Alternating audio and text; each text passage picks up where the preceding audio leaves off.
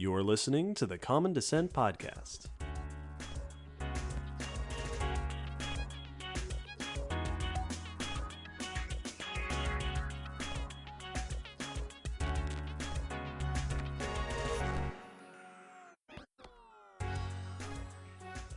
Hello, David. Hello, Will. And hello, listeners. Welcome to episode 239 of the Common Descent Podcast. This episode, we are discussing nocturnality, Nighttime stuff. being awake at night. Nocturnality, being nocturnal, is a Mhm. phenomena all too common in our animal world. There are many, many creatures. I'm sure everyone can think of a creature, and many pet owners probably have. About 50% of pet owners probably have one of these running around your house right now. Yes, or parents of teenagers. Yes, indeed. This episode, we will be discussing the behavior of being active outside of daytime hours and what adaptations, what benefits, what costs go into being able to function in the dark. We'll also discuss how we detect this in the fossil record and how much of it is detectable, and look into one of the key aspects of mammal evolution that ties into this very topic. Mm-hmm. As always, we're discussing this because it's awesome, but specifically because it was requested. This topic and a specific topic we'll be getting into was requested by Tony, Scott, Sean, Taterboy, JWS, and Carissa. Thank you, everybody, for your requests and topic suggestions. As a reminder, the topic request form is now on our website. So you can click the button and submit a topic, and it goes right to us. One simple click. Way better than the way we used to do it, which was gathering suggestions from literally every place you could possibly contact us. Yeah, it was chaotic. If you would like to do that, find it on our site. And if you would like to support us in other ways, you can. Our first announcement is the fact that we have a Patreon. Our patrons support the podcast top to bottom. And when you sign up on the Patreon, you get extra goodies, bonus episodes, bonus content, live streams with us, all sorts of stuff like that. And at certain levels, you can get your name shouted out in gratitude here at the beginning of the episode. And this episode, we'd like to welcome David. Not this David, this David. A different awesome David.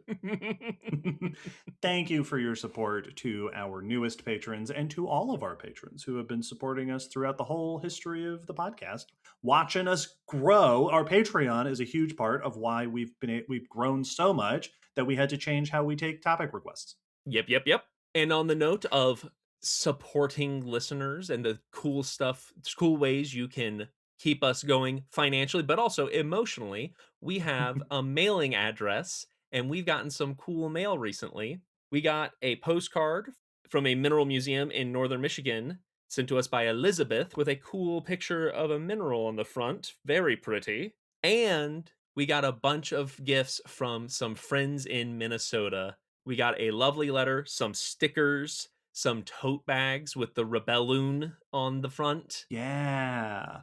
And a piece of art that says "Ice out of Minnesota." That's really just so. Thank you for that, and for giving us things to show our support here in Tennessee. Absolutely. Thank you for those. And to all of our Minnesota friends, we hope you're doing all right. We hope you're staying safe, staying sane.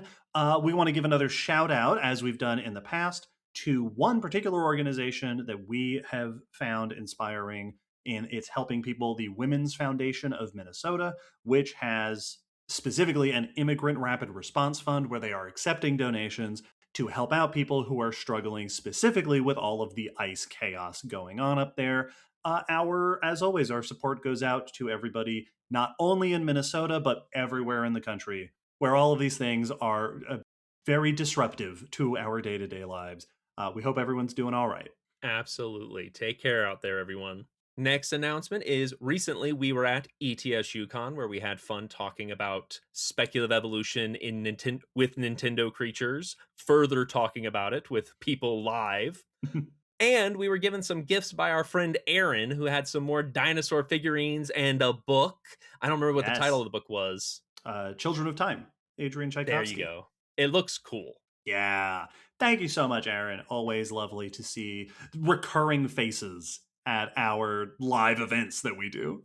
It's so awesome. And like one of the figures was a Corythosaurus because Aaron remembered me saying that that was one of my favorites as a kid because of my brother's Yep. names. Just delightful. And a shout out to, if you are one of the people who told us you were going to start listening to the podcast after that panel, hi, thanks for Welcome. doing it. And speaking of Nintendo Speculative Evolution, Poke's all wrapped up. Pokey is all done, all 5 episodes of Pokulative Evolution that we did, evolving Pokemon just in time for Nintendo to start releasing new ones for us to have to think about in the future. Go check that out if you haven't listened to it. We had a lot of fun, lots of cool fan art and discussions on the Discord. Next up in several months is back to the regular spooky schedule. Absolutely. You should be able to find that fan art up on our site, or at least portions of it, pretty soon, if not already. Speaking of yearly schedule stuff coming up soon, it is Silver Screen Science time. Yeah, we'll be releasing Silver Screen Science episodes in April, talking about the science in movies. This year, we've already picked our theme and have our lineup ready, and the theme will be old school dinosaurs. This is going to be a lot of fun. We're going to get to talk about some historical. This is going to be extra fun after having recorded the Dinosaur Renaissance episode with Riley, episode 237. Just a whole theme going on this spring.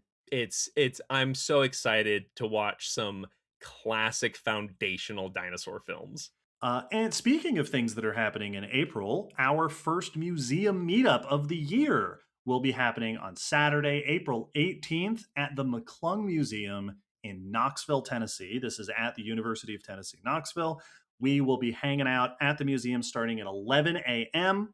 Anyone who is in the area and wants to come join us, come hang out. We've got some friends over there. Hopefully we'll be able to chat with some of the people that work there, maybe see some extra stuff beyond the museum exhibits. It's going to be a ton of fun. This will be our second museum meetup in our local state of Tennessee. Should be a ton of fun.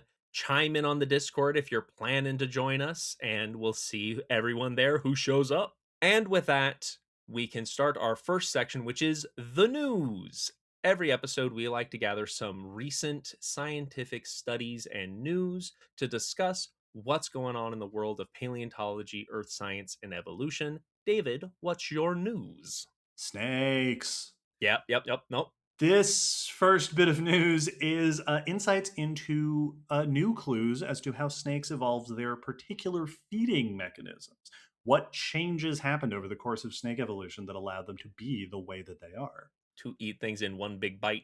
This is research by Rui Resende Pinto et al. In the journal Royal Society Open Biology, and we will link in the blog post to a popular article about the study by Jake Buehler in Science. So snakes have a particularly unusual feeding behavior in a number of ways, right? They've got the big jaws that open wide so that they can swallow things nice and whole, but they also spend a lot of their time not eating. This is a thing that is a very specialized adaptation in snakes, is that they often go weeks to months without food. And in the paper, the authors actually point out the difference between a lot of reptiles who have more feeding on a cycle, where like half of the time they're in eating mode and half of the time they're not. We talk about this with things like crocs, where like crocs will eat a whole bunch during, summer or the wet season or whatever, and then they can just sort of fast through the other half of the year. But snakes often do what the paper describes as intermittent feeding, where they eat when they can, and then they're just not eating for long, long periods of time. Good point. Yeah, that is a different pattern. Yeah, and it's not unique to snakes, but they are one of the only groups that does it, and they're the only major group of reptiles that are really feeding in this mostly fasting feeding style. Previous research has looked into adaptations in the digestive system and their metabolism. They're very unusual animals in just the way that they function. This study investigates a different angle on this adaptation, looking at hormonal activity, comparing hormonal systems across reptiles. Specifically, they're looking at a known hormone called ghrelin, which is a gastric peptide that is known in all major groups of vertebrates. I think this is all vertebrates have this. Fish, frogs, mammals, birds, everybody has this. And it's known to be related to feeding styles. It's actually nicknamed the hunger hormone. And it Oh. is known to have a role in regulating appetite, also regulating fat stores converted into energy, just regulating a whole bunch of different aspects of the digestive system and digestive metabolism. In this study, the researchers looked at the genomes of 112 modern reptile species, including all the major groups: crocs, turtles, lizards, snakes, even tuataras, all the reptiles, specifically looking at the genes for this hormone. What is the genetic underpinning of this hormone? And what they found is that in snakes, this hormone is reduced, eroded. It has broken apart. In some species, the genes are just not there. And in others, the genes are still there, but they're so altered and mutated that they don't work anymore. Whoa. So you could see that they're there, but they're non-functional. This was found across. They looked at cobras, they looked at boas and pythons, I think at vipers and such. They even included some blind snakes, which also had a reduced ghrelin gene, which suggests that this is something that goes all the way back to the very base of the snake family tree. Wow. They also noticed that there's an enzyme that is essential to the functioning of this hormone. The enzyme is called MBOAT4, is also reduced in snakes. So it's both there's a system that is just non-functional. Beyond snakes, they also found a similar situation in some lizards, 4 species of chameleons, and 2 species of toadhead agamas, which are a group of desert-dwelling lizards, both of which are lizards that also do long-term fasting in between intermittent meals. Yeah. I was thinking desert lizards made sense.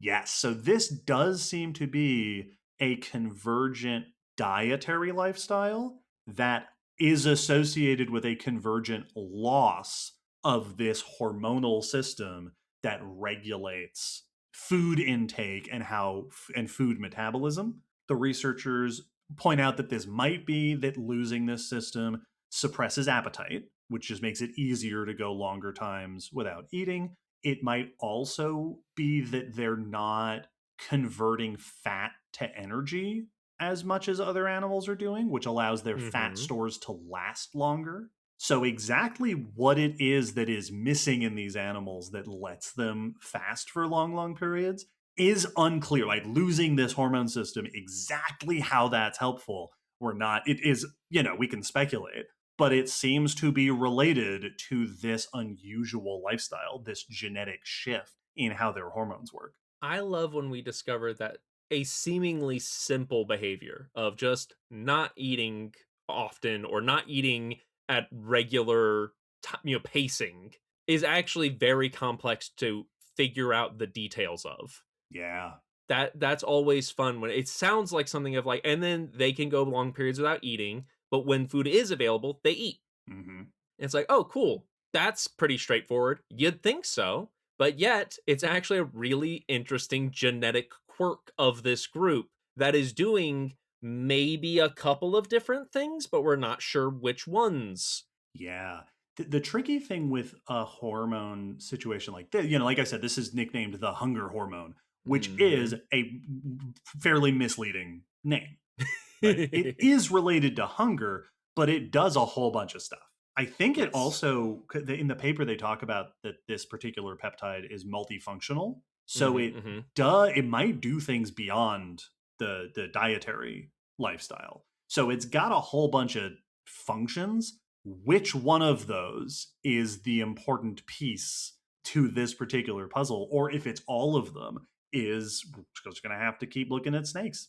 Yeah. Well, and it brings up the question of if it is doing other jobs, has this, mutation or loss of the gene affected things past the way they eat? Are there other parts of their biology that are uniquely snaky that we just have not yet realized is also connected to this genetic feature. Yeah. This is the hormone that makes their legs grow.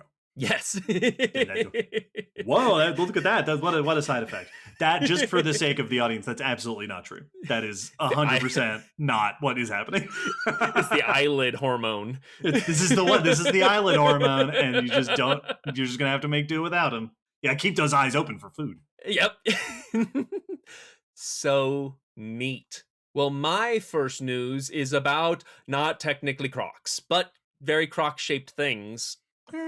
This is about temnospondyls, specifically a ancient marine temnospondyl that turns out to be more than one. This is research by Benjamin Keir et al. In the Journal of Vertebrate Paleontology, and the article is a press release in phys.org.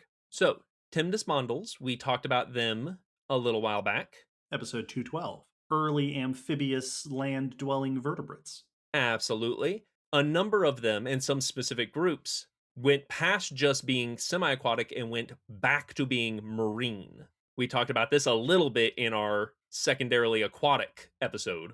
Episode 231. One specific group, the Trematosaurids. This was a early group of secondarily marine organisms. They were around shortly after the end Permian, like within 1 million years of the end Permian extinction, which is notable that they were one of the first groups to re-diversify and become successful after that devastating mass extinction. They are superficially croc-like, as many temnospondyls were, but when you see pictures of these are some of the ones that are like, yeah, that's just a beta croc. Like, it is very croc-shaped. Yeah, they don't even have like the salamander face that a lot of temnospondyls do. They have a croc face. This is just an amphibian croc. It so is. The flat skull, tapered jaw, big prominent teeth, like very much the body plan of a ambush and aquatic predator. Crocs and snakes, a feature that they share is that evolution did have to go through a few beta tests before they really got it right. Yes, before they go, now we've got it. This group is widely, I think most of them are marine, if not like exclusively, which also makes them one of the oldest Mesozoic marine tetrapod groups. One area that they are known from is a site in northwestern Australia, aged about 250 million years old. The Blina Shale. This was a brackish seaway that was a flooded portion of East Gondwana, the southern supercontinent that eventually would become the bottom portion of Pangaea, and would have been separating Australia and India, those land masses that would become Australia and India. Historically, only one Trematosaurid was known from this site, Erythrobactrachus, described back in 1972 from some skull fragments, but that material was lost in the ensuing 50 years. This research is the result of a search around museums to try to find more material, and the rediscovery, from my understanding, the rediscovery of that original material and a re-examination of these fragments. Upon getting to see them up close again and do a more detailed analysis, they found out it is not one type of creature, it is two. It is a composite specimen, pieces of two different species mixed together and identified initially as one. Yeah, so this is... We've talked in the past about how there is this long-standing mythology around chimeric fossils, where like skeletons being slapped together from multiple different things, which is a thing that generally doesn't actually really happen in paleontology. But discovering a specimen that's a pile of bone fragments and identifying them all as having come from the same creature, and then later it turns out that some of those bone fragments are actually just from a very similar creature that is a different species, that is not uncommon. That can absolutely happen because, yeah, it's a pile of bone fragments.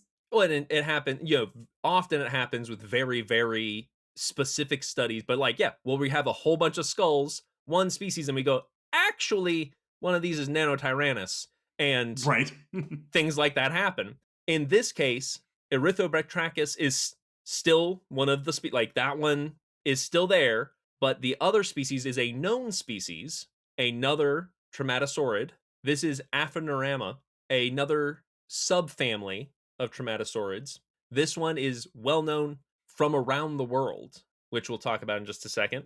This study was also able to do more detailed analysis on the skull fragments using high resolution imaging to get a better idea of the shape of the skull. For Erythrobatrachus, they found that the skull would have likely been about 40 centimeters long when complete, so a little over a foot, close to a foot and a half, and would have been a broader headed and larger bodied predator, while Aphanorama was similar sized but had a much longer, thinner snout. Yeah. So this is like a Cayman and Gharial situation. Yes, exactly. We have the broad-headed generalist predator for bigger bodied prey, like we see in Nile crocs and things like that. And then we have the slender snouted for smaller prey, like we see in gharials and their cousins. Both of them seem to be swimming in the water column, so active swimmers, and would have been hunting in the same habitat based on where they were found, but seemingly different prey. The other notable thing with this discovery is that Erythrobatrachus is exclusively Australian. That's the only place it's known from, while Aphanorama is global. It's found all over, including Scandinavia, Russia, and Pakistan and Madagascar, which means A, some of the earliest marine tetrapods diversified and spread out very quickly after the Impermian, and suggests that they might have spread using the long coasts of Pangaea, that they might have been able to spread out so quickly because of the shape of the continents at the time, gave a contiguous environment around the world, basically, for them to spread out as quickly as they did. It's really interesting that the more alligator like generalized shape is the one that is restricted in its distribution. That the specialized long, slender snout is the one that is more widespread, which makes me wonder if either was that specialization extra successful at that time? Was that the way to be? Maybe all the prey was small because it was post extinction, so you didn't have to take down big things. Or was the world so full of broad-headed alligator-shaped temnospondylus that you could only each one be in one place, and being able to live alongside them, having a different diet and different lifestyle, was what allowed this other one to be so widespread and diverse? Absolutely. The other thought that comes to mind for me is the fact that these are marine. A lot of marine crocs become long, thin snouted. That is the common snout shape for marine crocs. There are broad snouted marine crocs, but they are much less common. So something about being a marine croc shaped creature seems to sync up well with long, slender snout. So I'm wondering if this was the Cadillac of features for them. Of if they were just a semi-aquatic, they might not have been as successful with the long, slender snout, but being a marine long, slender snout Timospondyle meant that they could go all over. Very cool. Very cool to know. Yeah. They also did note that the material for Erythrobatrachus is being repatriated to Australia from where they discovered nice. it. That's lovely. That's always nice to hear. Way to go, people in charge of doing that. Well, my next bit of news is also about marine habitats, but it is not about vertebrates or animals. In fact, we're getting about as far away from animals as you possibly can. This is research about archaea and the origin of eukaryotes. Yeah, that'll do it. It is about as far away. This is it. If you get much farther away from animals than this, then you're a rock. Yep. This is research published by Catherine Appler et al. In the journal Nature, and we'll link in the blog post to a release by Mark Earhart at the University of Texas at Austin website. So, brief reminder biology lesson. All life on Earth today fits into two categories based on the structure of their cells. Eukaryotes, which are the complex-celled cells, which is animals, plants, fungi, and a variety of other close relatives. Eukaryotic cells have a bunch of internal little cell organs, like mitochondria and chloroplasts and nuclei, The other major group is prokaryotes, which is bacteria, and the group that is used to be called archaeobacteria, but is archaea. Yeah. These are prokaryotes or simple cells. They don't have a lot of those internal cell organs. There's other differences, but that's basically the big two things. The origin of eukaryotes is a major thing. That was a big deal event because early eukaryotes gave rise to all plants, animals, and fungi, and that's most of what we see. That's what's running the world these days. Absolutely. This story is complicated by the fact that what appears to have happened is that eukaryotes originated as a symbiotic relationship. That our mitochondria and chloroplasts seem to be descended from ancient bacteria, but the rest of our cell seems to be descended from ancient archaea. That a big archaean cell swallowed up, took in bacterial cells, formed a symbiosis, and eventually that symbiosis became so tight that they function as one type of cell. Perfect cell. The closest living relatives of eukaryotes are inferred to be a lineage of archaea within a subgroup called Asgardarchaeota, which are the Asgard archaea.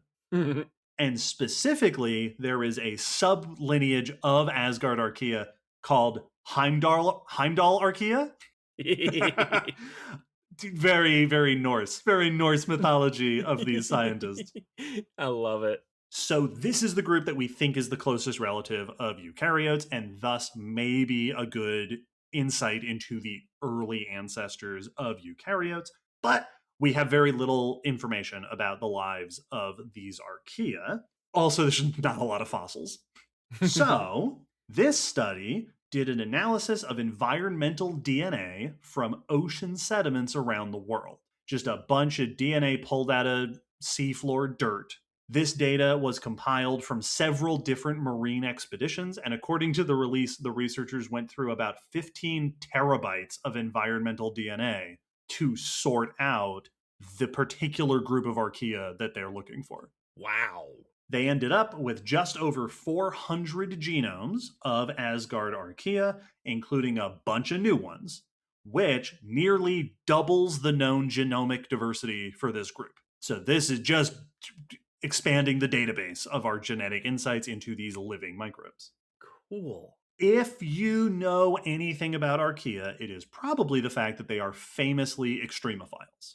These are microbes that are excellent at living in places that most other life can't. Very high acidity, very high temperatures, and also very low oxygen. This analysis of ocean Asgard archaea found that most of them live in oxygen-poor environments. That's where they were finding those DNA samples, deep sea habitats, things like that. But the Heimdall archaea, that lineage that is seems to be the closest to eukaryotes, were found in oxygen-rich environments. Coastal sediments, more oxygenated parts of the water column, which suggests that that group does well in high oxygen environments. This is really interesting because there has long been a hypothesis in evolutionary studies that the rise of eukaryotes might have been related to increasing oxygen levels in the atmosphere. That around the time eukaryotes start showing up in the fossil record and when our genetic data predictions suggest that they would have shown up is around the time we see these major climbs in atmospheric and oceanic oxygen. So the researchers looked closer at those genes to reconstruct the proteins that they would have coded for. What would these proteins have looked like? What structure would they have had? Specifically looking at proteins involved in metabolism, and found in the Heimdall archaea lineage, their reconstructed proteins were very similar to eukaryote metabolism proteins. Proteins related to metabolizing oxygen, including things like the synthesis of heme, which is plays a major role in our blood, their particular electron transport chains, which you may remember from biology class, learning about electron transport chains. Don't ask me anything else about them because I don't remember what that means. But these features of how the cell processes oxygen seem to be very similar in these archaea as they are to eukaryotes, which suggests A, that this group of archaea metabolizes differently. They have a distinct metabolic strategy from other archaea that tend to live in other habitats. And it suggests that this ability to metabolize and tolerate oxygen might have been present in the earliest ancestors of eukaryotes. The fact that we see that in modern eukaryotic cells and this group that seems to be our sister lineage, that might have been a key feature that allowed eukaryotes to get started in the first place. Fascinating. Oh, that's interesting. Because yeah, it feels like very easily the gut assumption when you see eukaryotes and the rise of oxygen being in sync with each other is that us becoming eukaryotes was what gave us the superpower to then take advantage of or process oxygen. Very interesting to think that no, we came from an unusual branch of archaea that already had this ability, thus why we became the kind of eukaryotes we became, and we're able to continue to benefit from that. Yeah. These are just a bunch of weirdos back in the Proterozoic who are like, I don't know, listen guys, I think oxygen this is real. This is where we're going to invest. I really think we got to get in on the ground floor of oxygen. And it worked. Absolutely. And like it also, yeah, no, that makes sense that we were weird ancestors. Look at us now. That's always how it goes, right? That's all of tetrapods came from fish with muscular arms. From muscular fins. Why do you have muscles in your fins like that? That's weird. They were odd fish, and they gave rise to the oddest fish.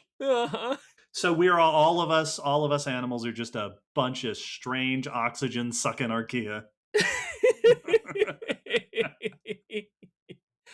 Well, my final news is about a particularly strange example of oxygen sucking archaea, pachycephalosaurs. My news is also about eukaryotes. It's the evergreen segue. This is about a baby pachycephalosaur specimen from Canada. Very cool. Yeah. This is research by Brian Moore et al. In, once again, the Journal of Vertebrate Paleontology. And the article is by Enrico de Lazaro in Sci News. So, pachycephalosaurs, we've discussed them. Episode 230. These are those dome-headed, two-legged herbivorous dinosaurs, or likely herbivorous, that have those really extreme head decorations and expanded cranial structures. Most often depicted in artwork smashing their heads into each other. Yup. These heads are what we mostly know them for because they are the most robust part of the body. They survive fossilization very well. They called it taphonomically resistant frontal parietal bones, which I love. Because they're inches thick. Yes, because when you've got a 2x4 on your head of bone, that thing's gonna last. Because of that, though, the rest of the body is not nearly as well known. So most of the identifying factors are off of these head bones. So we don't have a lot of the rest of the body, and we do not have much of the young. We don't have many young members in the fossil record. So we don't know a lot about what their early life was like. This study is describing the currently youngest, as in most baby, pachycephalosaur we know of to date. The ontogenetically youngest, as they put it. And it is post-cranium, so it is the body more so than the head. This is from Canada, from the Saskatchewan area, found in the Frenchman Formation, dating back to about 67 million years old. Very small specimen, 90 centimeters long, or 3 feet. Oh, little cutie. Right? You could curl that up and fit it in an egg. It put it right on my lap. They noted that even due to this small size, the skeleton does show several distinct features that are diagnostic, are identifiable to pachycephalosaurs, which is useful, shows that, as they put it, many features that we rely on to identify them were present in early life. Thank goodness. Yes. Oh, yes. That means we can tell when we're looking at a baby pachycephalosaur. Yep. Doing histology, so slicing the bones very thinly to look at the layers, shows immature woven bone texture, meaning a young, less developed individual. And based off the annual growth cycles, the indicators of yearly growth in the bones, and the fact that we don't see any, suggests that this is a less than year old individual. Cool. Yeah. Which makes it the youngest Pachycephalosaurus skeleton we know of to date. They did a phylogenetic analysis to try to identify who it's most closely related to. They said it's perhaps related to Prenocephalae, but lack of cranial data on this specimen and lack of postcranial body info on other specimens means it's really hard to nail this down for sure. It could be possibly grouped with another group of Pachycephalosaurs. So seems like we'll need to find more of this specimen or of other specimens to better pin down where it belongs in the group. Mm-hmm. And then the final neat note is that since we have the body, we can take a look at what it was shaped like as a baby, and they have notably longer legs than proportionally found on an adult. This Huh. suggests a more running, speed adapted body and likely lifestyle.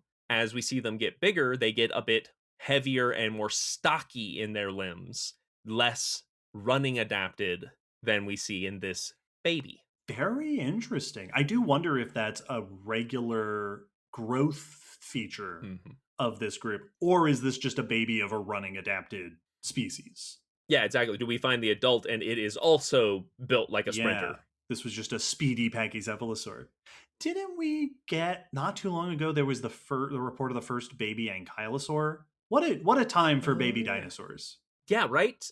It sounds like we're due for a remake of Land Before I Time with was all these just new gonna. data. I was sitting here going, "Do we have babies of all of the species?" And I think we do. Yep. I think we've got baby ceratops, like Triceratops. I think. Yes. Pretty sure we Yes. do. I know we have at Um, least very young because we know how the horns change angle yes. as they grow. I don't think we have baby stegosaurs.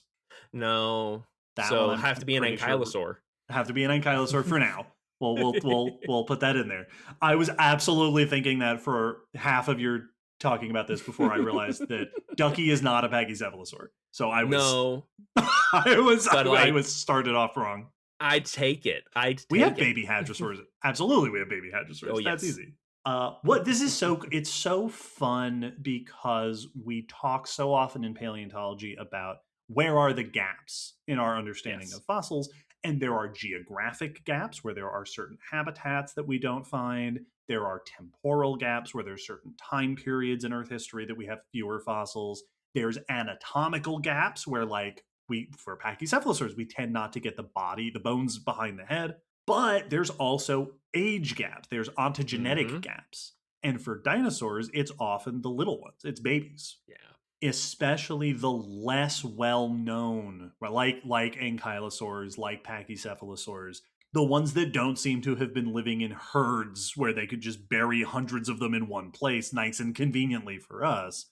It's Mhm. really exciting to get our first glimpses at what does a hatchling look like of these dinosaurs. It's always so exciting. Like, not only is it ridiculously cute, but it is so critically useful when we make one of Yeah. these discoveries. What a year for Pachycephalosaurs.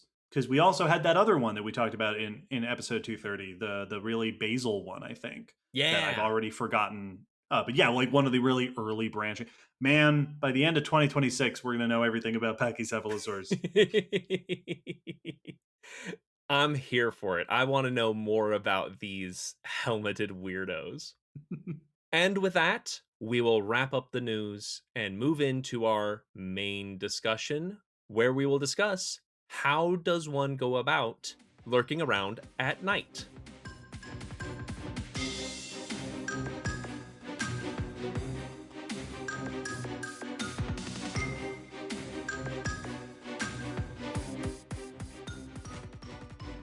The concept of being nocturnal is surprisingly straightforward. Yeah.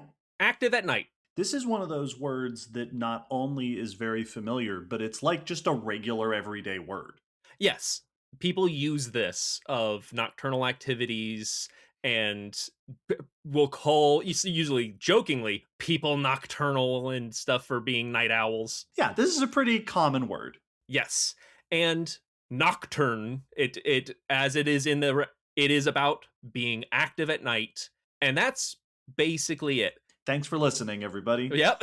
This is a pretty straightforward term, but it is surrounded by other terms that are important. Yes. So, to be nocturnal is to be active during low light times or environments.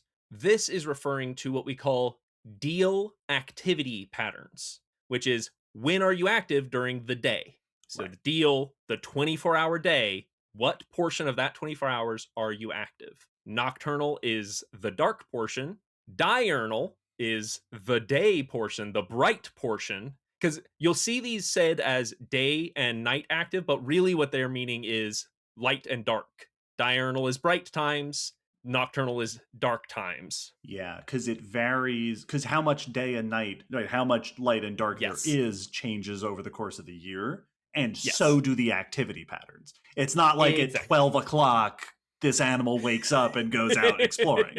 You go, I hate the time change. The time change is a real drag. You also have crepuscular, which is active at twilight, so sunrise and sunset.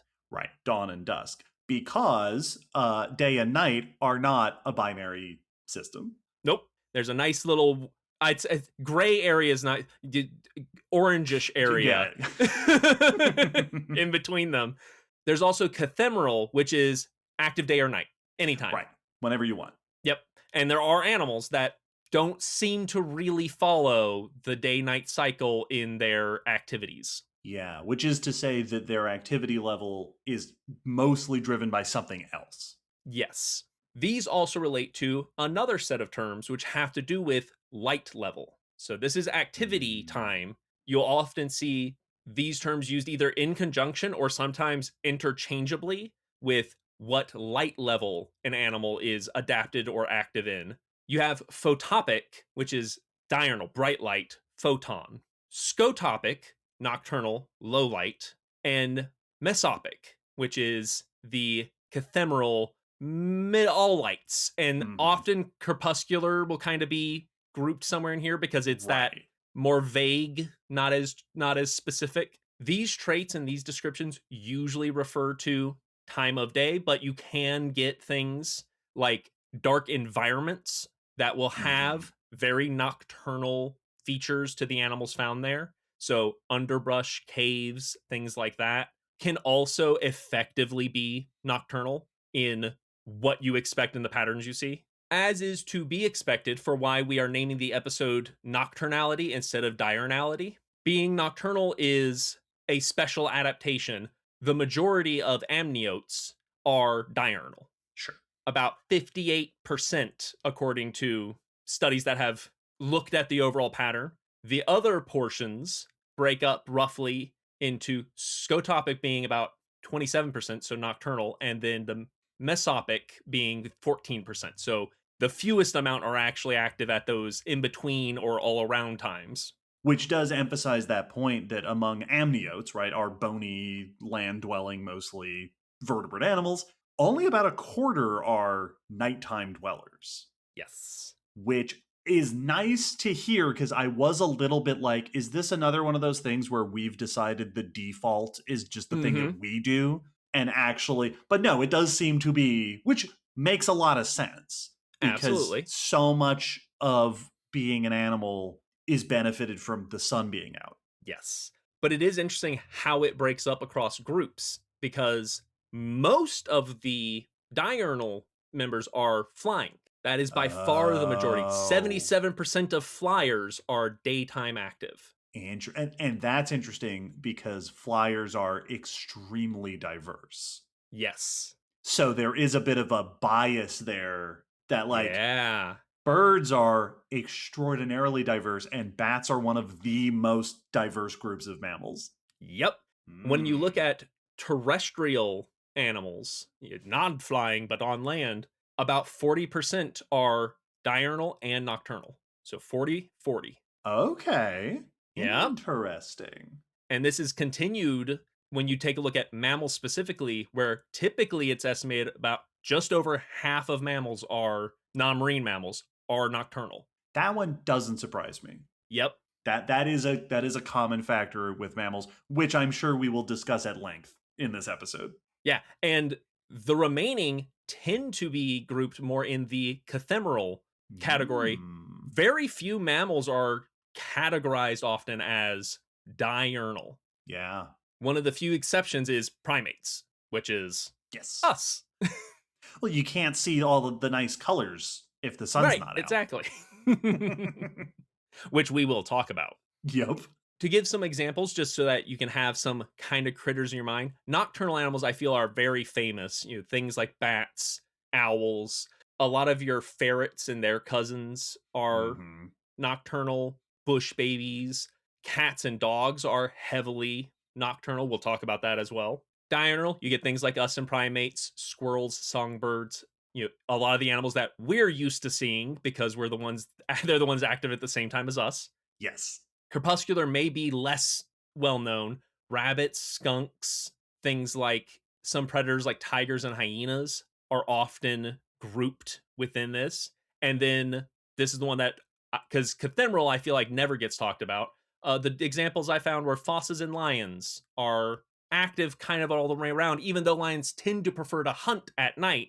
They can be active just whenever. And it's interesting because lions was the example that came to mind where I'm like, I've seen lots of documentaries and lions do seem to just kind of do what they want whenever. Yep. And now lions also are sleeping most of that time. Yes. So it is really like, yeah, I'm active for 6 hours a day, but I can put that 6 hours wherever I want. Yep. And honestly, I kind of would love to just, when I'm awake, that's when I'm awake. And when I'm not, that's when I'm not.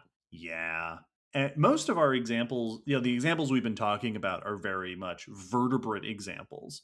Yes. But there are also tons of invertebrates. Just thinking of insects off the top of my head, moths are a very famous example of nocturnality in insects. And then I was trying to think of what's like a hard diurnal group of insects.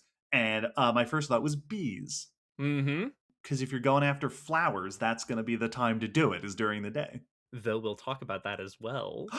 Oh boy. That's true. There was a whole episode of Leave It to Us about night blooming flowers. Yep.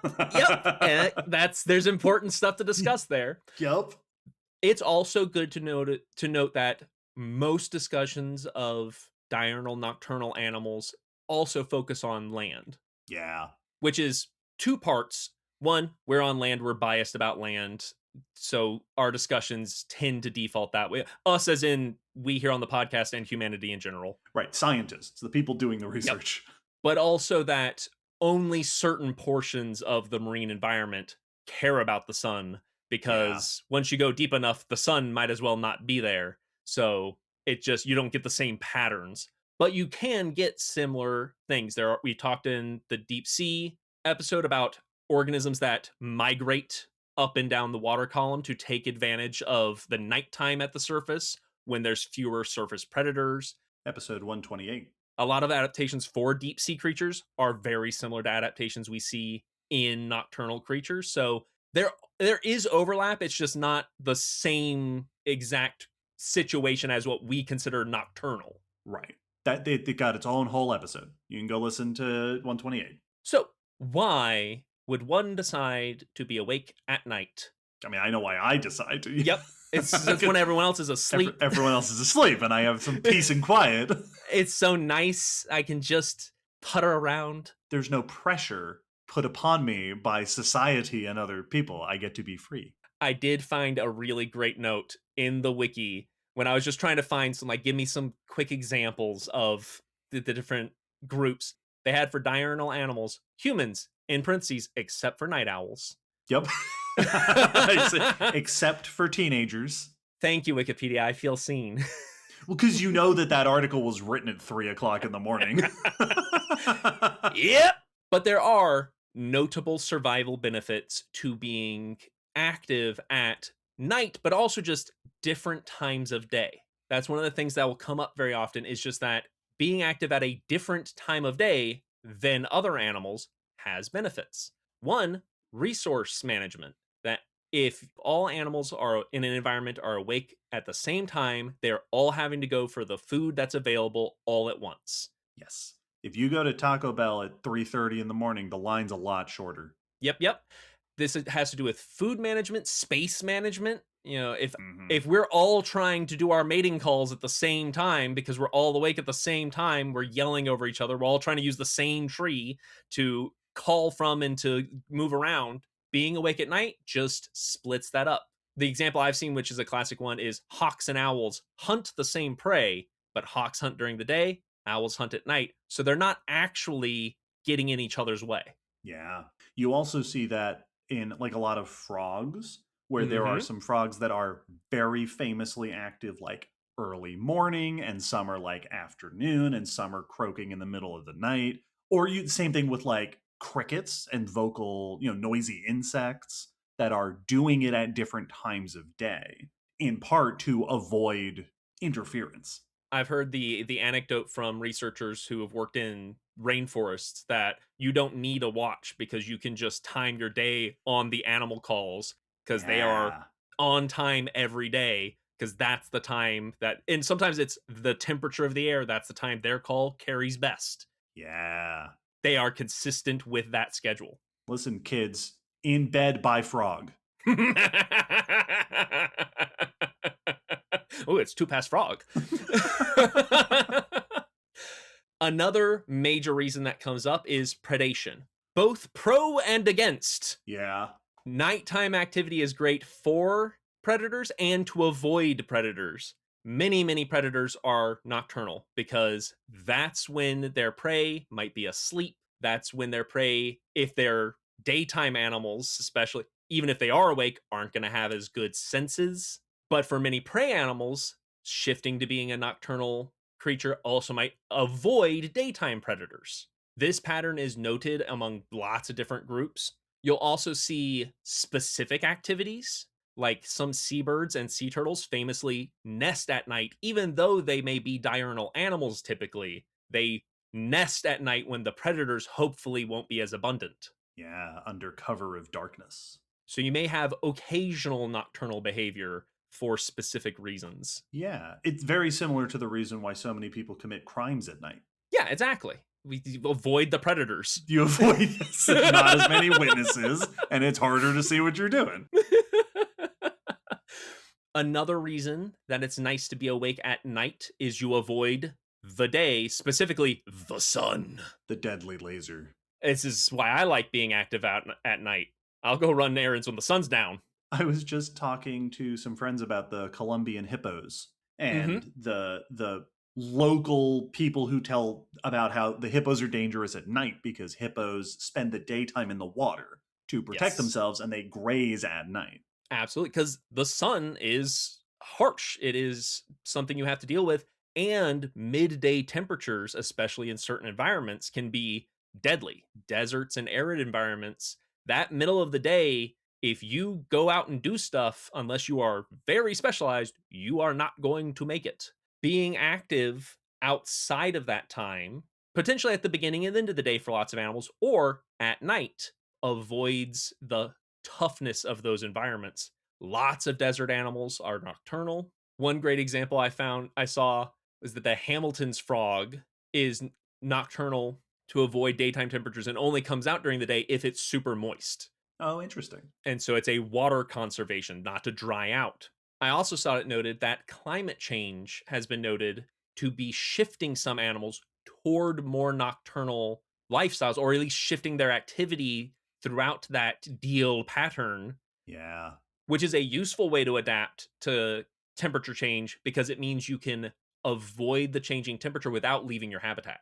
Instead of having Yes. to move laterally up and down the globe, you can just change when you're doing your stuff. There are also complications. It is not easy to be awake at night. One of the biggest issues is vision. Right. It's dark. It's dark. It's hard to see. Now, we'll be talking about adaptations for the eyes most of this episode. Yup. Specifically, one of the biggest hurdles for seeing at night is seeing in color. Yes.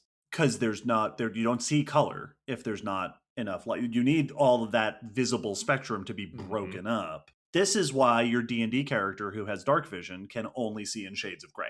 Yes. Many of the animals we'll mention during this episode have very good night vision, but almost all of them see in shades of gray or black and white, because to be able to discern color, the way your visual system works is it is taking in the different photons, the wavelengths of photons that are the different colors bouncing off of the things around you, and it's using the discrimination of the differences to be able to discern what color something is. When you lower light levels, you're lowering the amount of photons, so we have less information to work with. Our eyes are getting less input. The lowered photons also lowers that discernible difference in the colorations of things. The different frequencies of light, it becomes you're just getting a narrower band of light. And so it's harder to tell the differences between. This still is different. All those colors are still there. You know, the colors of the objects are still there at night. Just the light info you're getting from them has been so reduced and the distinctions muddled. Another thing that happens is what's called visual noise. You can get noise. This is if you've ever opened your eyes at night and it looks kind of fuzzy. You get visual noise. This can be caused by a couple of different things. Misfiring synapses. You can get random synapses in your retina, in your eyes, that trigger as if it's a photon. To your brain, it thought it saw a photon, so you're getting false signals every now and then. You can also get what's called photon shot noise, which is when your eye absorbs a photon, there is an uncertainty to the photon, because photons are weird particle waves. This reduces the reliability of interpreting that photon correctly. And when you're getting less photons, this uncertainty becomes a bigger issue. With more photons, the uncertainty becomes less of an issue because we're getting so much info, it averages out correctly. All this together means most animals can't see color at night. Most. Yes. There are animals that can. And that is an important point to make, that like most animals that are nocturnal are able to see color generally. Oh yeah. But like your cat and your dog can see color. They don't see the same range of colors that we do. But when the lights are off, they are, for the most part, not seeing color for the same reason that you don't see color when the lights are off. Because you're just not getting enough information into your eyes to discern colors. We're both seeing the same grayscale. They're just seeing it much more clearly than us. Yes. Yeah. Nocturnal animals often, I'm sure this will come up later, but their eyes are really good at detecting the intensity of light. Yes. Rather than the frequency of light. Exactly. One of the classic reasons for this is that our eyes have two types of light sensing receptors: cones, which perceive color, and rods, which can perceive light and dark, but can't see color. So when we get into low light, our rods are the only one doing the job, so they can't tell us anything about the color. There are some animals that have developed ways to see color at night. Very few. Yeah, I would imagine. The articles I found, some moths, not all moths, some moths, specifically elephant hawk moths, 3 species. 3 species of those, 1 species of carpenter bee. Okay. So all 4 of those, nighttime pollinators, which we'll talk about later. The nocturnal helmet gecko. Interesting. And a frog and a toad. Amazing.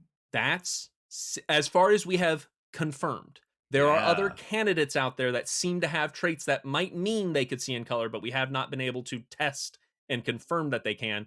These are the only nighttime color seeing animals we know of. Interesting.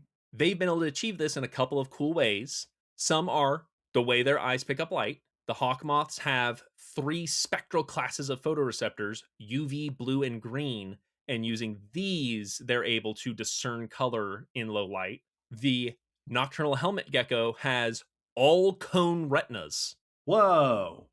No rods. Oops, all cones. Yeah.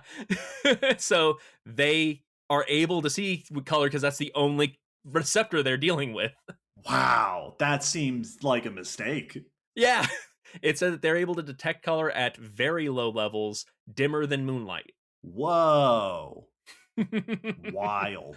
Wow. There's also neural ways to try to make up for color vision at night. One of them is that, at least in the insects, their photoreceptors and some of the ways that their synapses function and relay mean that they function slower, so that their eyes effectively are a long exposure camera. Oh, interesting. They're bringing in more information, not by having more receptors, but by delaying the processing. Like Yes. you're taking in all the information over the course of 3 seconds or whatever, instead of Yeah. instantaneously. So it's collecting more light per image to be able to get a clear image. Now, this has a downside in that it's not fast. Yeah. So it's not great for fast moving stuff. So it's more commonly seen in slower moving species, but it is a way to make sense of the world at night and get that color info. Another downside that you probably have heard of if you're a fan of things like sea turtles and what is light pollution.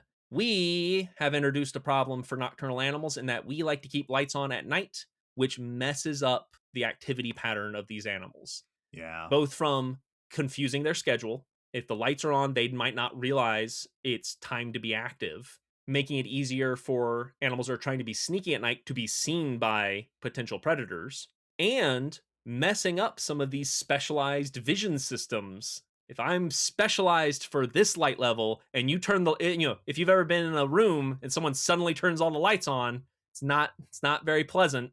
If my eyes are specialized for dark and there's too much light, I can't see the way I'm supposed to. Yeah, I believe that's when you have like night vision goggles. Yes, You have that issue where like you're not supposed to look at lights with those goggles because it'll damage your eyes. Yes.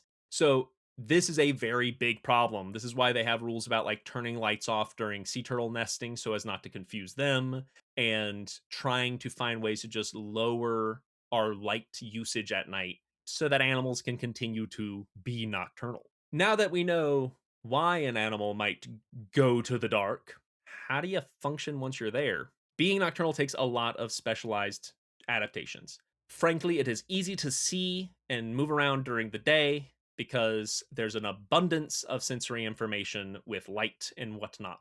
And at least for vertebrate animals, eyes are the default way of making sense of the world. So if you're going to be active at night, you have to adjust to the lower light levels and info you're getting.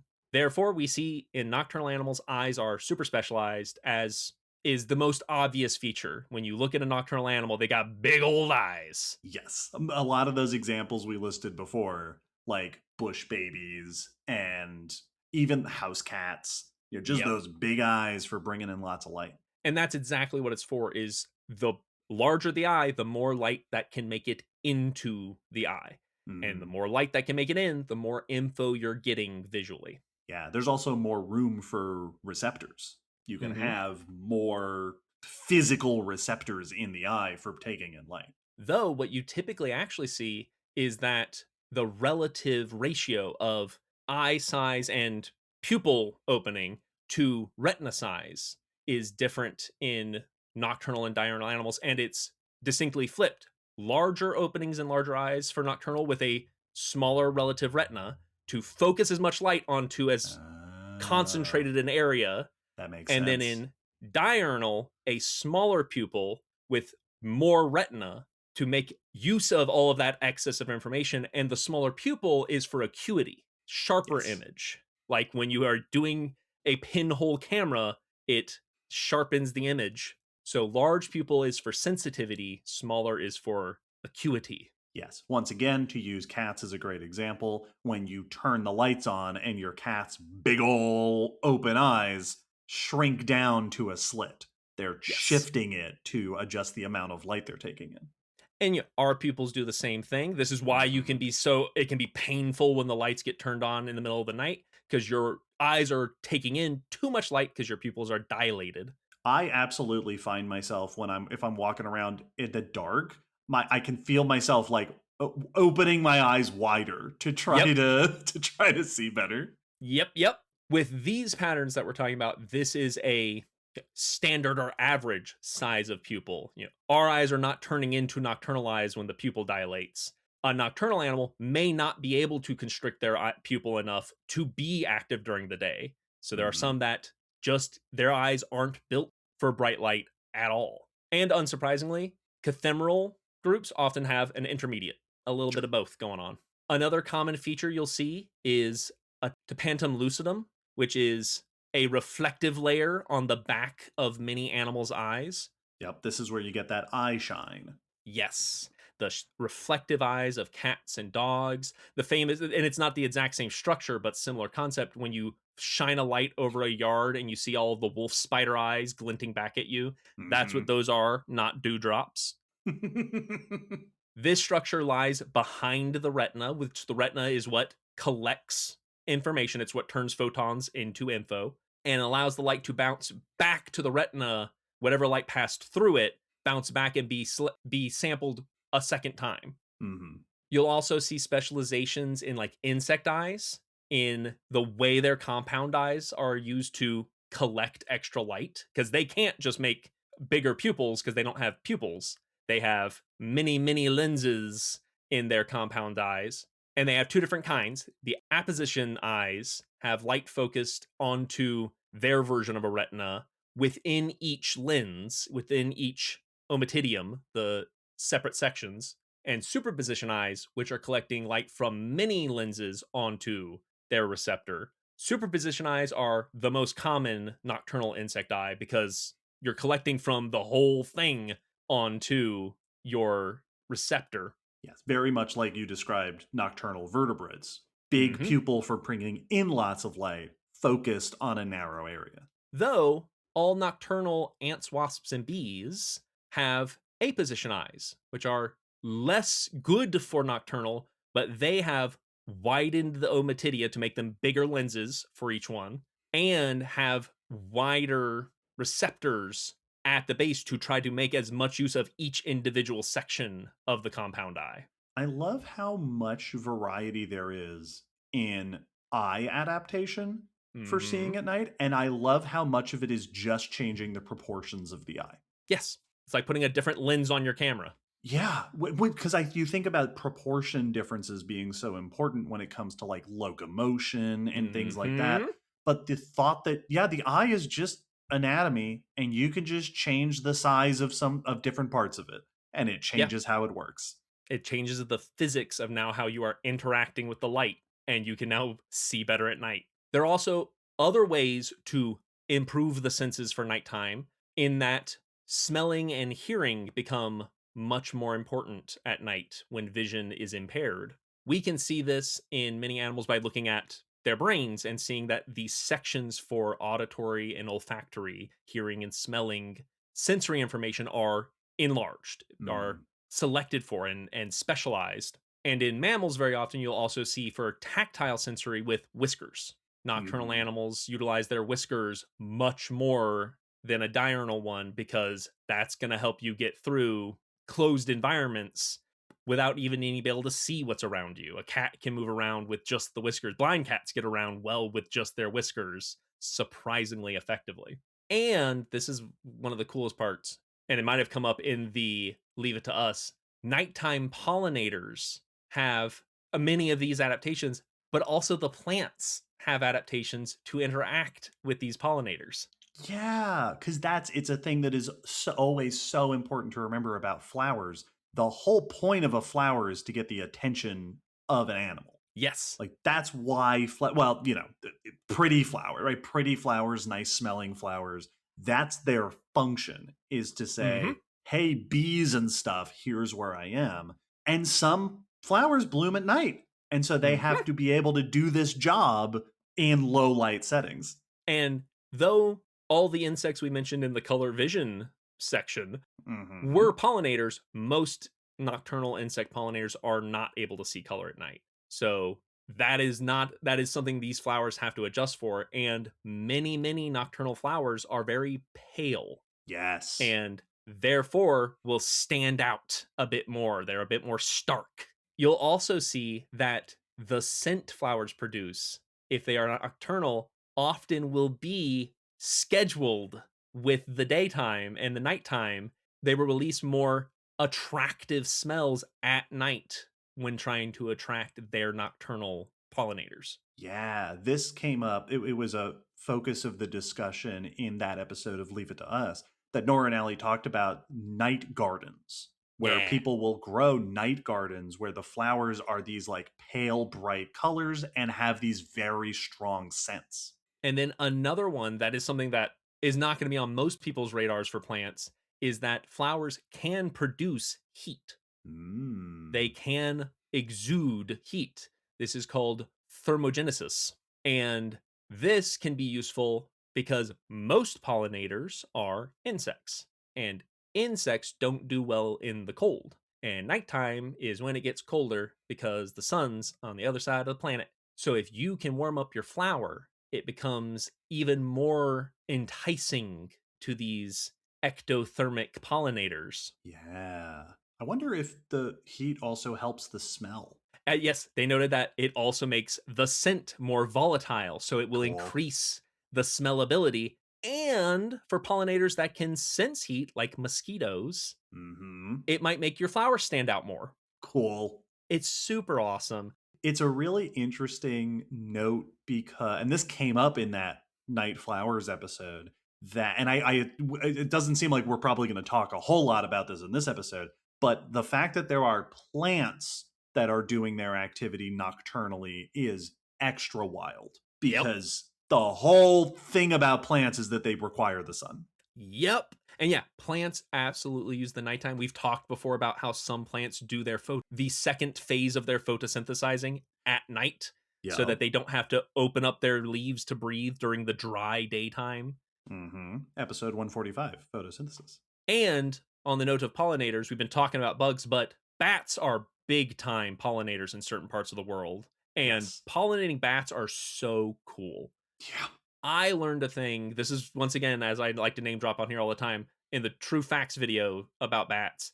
I did not know how pollinating bats use their tongues because they don't drink like a hummingbird. They have channels down either side of the tongue that they use as a fluid pump to continuously draw the liquid up without ever removing their tongue from the flower. Just So like a they can just straw. stick. Yep, they've got two straws along either side of their tongue that act as a muscular pump. They're not sucking, it pushes the liquid up itself into the mouth. So they just stick their tongue into liquid and the liquid goes down.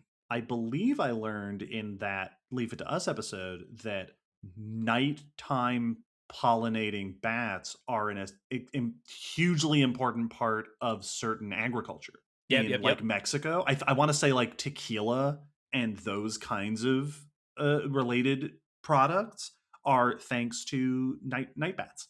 Yes, yeah, absolutely. Like in Central and into Southern America, bats are some of the primary pollinators in certain environments and for certain plants. So they are major contributors. And last note before we move on to your comment about bees, evidently there's a bunch of nocturnal bees. Over 250 species from 4 different families have been described as nocturnal. Huh. I love, and now these my comment and this follow up are spaced out enough in the length of the discussion that I think it might be easy for our listeners to miss that I was way wrong. I was wrong about a thing, and I think that's so relevant. It's so important to note. I made an assumption and I was wrong. There's a ton of nocturnal bees. Like, still, most are diurnal. Sure. That is by far not the majority of bees. And they noted that this could be to reduce competition with nectar and pollen, which are often more abundant at early morning and late night. So you're gonna get you're going to get a decent amount at a time when there's less going for it. There are many other cool examples of nocturnal animals, and some will get mentioned as we continue. But at this point, we'll be taking a small break so that we can start talking about how we study these features in the past and their evolution. How do we detect nocturnality in fossil animals? Neat.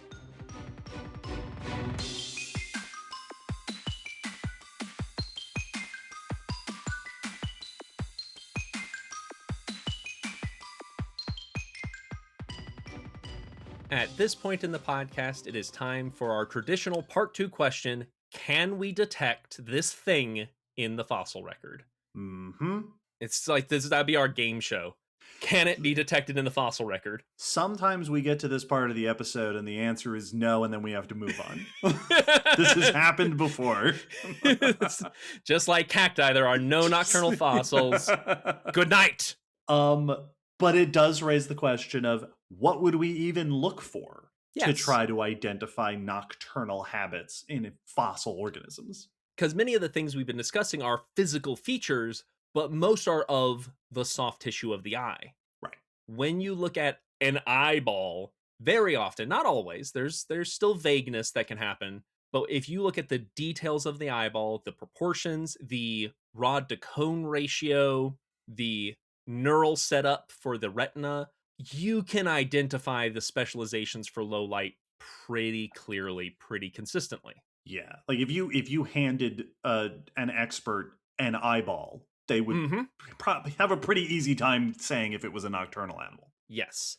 And we're missing most of those soft features. We're missing most of that info when you look at just the skull of an animal. You can get some indications. You'll often see just mentions of large orbits, the section where the eye goes. Right. The eye socket itself. The eye socket. If they've got big eye sockets, that suggests big eyes, which could mean large nocturnal eyes. Mm-hmm. But we don't actually know what the opening of those eyes were doing. They might have had big eyes with small openings, or some pattern that leans more toward crepuscular than nocturnal. Another way to try to get info about how they were using their senses is to look at the brain.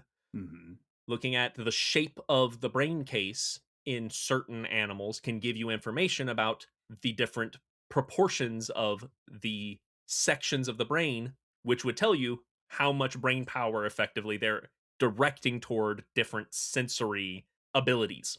Episode 121. One fun example of that was done on elephant birds. Elephant birds are an extinct group of large flightless birds in the overall group called paleognaths. And a study looked at their brain cases to see what they were doing with their senses, because it had been noted by previous studies that they seem to have large olfactory bulbs, so for smelling. Mm-hmm. And this study also noted that they seem to have reduced optic loads, so reduced vision sections. So it seems like they had a really good sense of smell and poorer eyesight, which could mean that they were more nocturnal. It also could be that they seem to have been living in forested environments where vision might not be as important and smell might be more. But it does match what we see in the modern kiwi, their relative, who is nocturnal and has very poor eyesight, small optic lobe as well, very good sense of smell, and enlarged olfactory. And they also have enhanced tactile senses. They have these whisker-like feathers, and they have effectively replaced vision as their main sense with smell and touch to be active at night. Yeah, it's extra interesting because if I saw that same combination of traits in a mammal, I would be like, all right, maybe it's nocturnal, but maybe it's just not good at seeing, because some mammals are just not very visual. But in a bird, that is a really notable difference, because birds are almost universally such visual animals. And being able to compare to a known case today is huge, which means there's going to be some animals that it'll be probably more difficult to identify reliably if they were nocturnal if we don't have someone similar to look at today. In certain groups, we can use other avenues to investigate because they have anatomy that gives us some of the missing information. Many reptiles have a sclerotic ring, a ring of bones in the eye that encircle the pupil. Eye bones. These are really useful for telling us about the eyes of these ancient animals because the inner diameter of this ring is the pupil size. It's 1-to-1. And you can get eye diameter, the size of the eye, by the orbit, which also will give you the size of the retina on the back of the eye.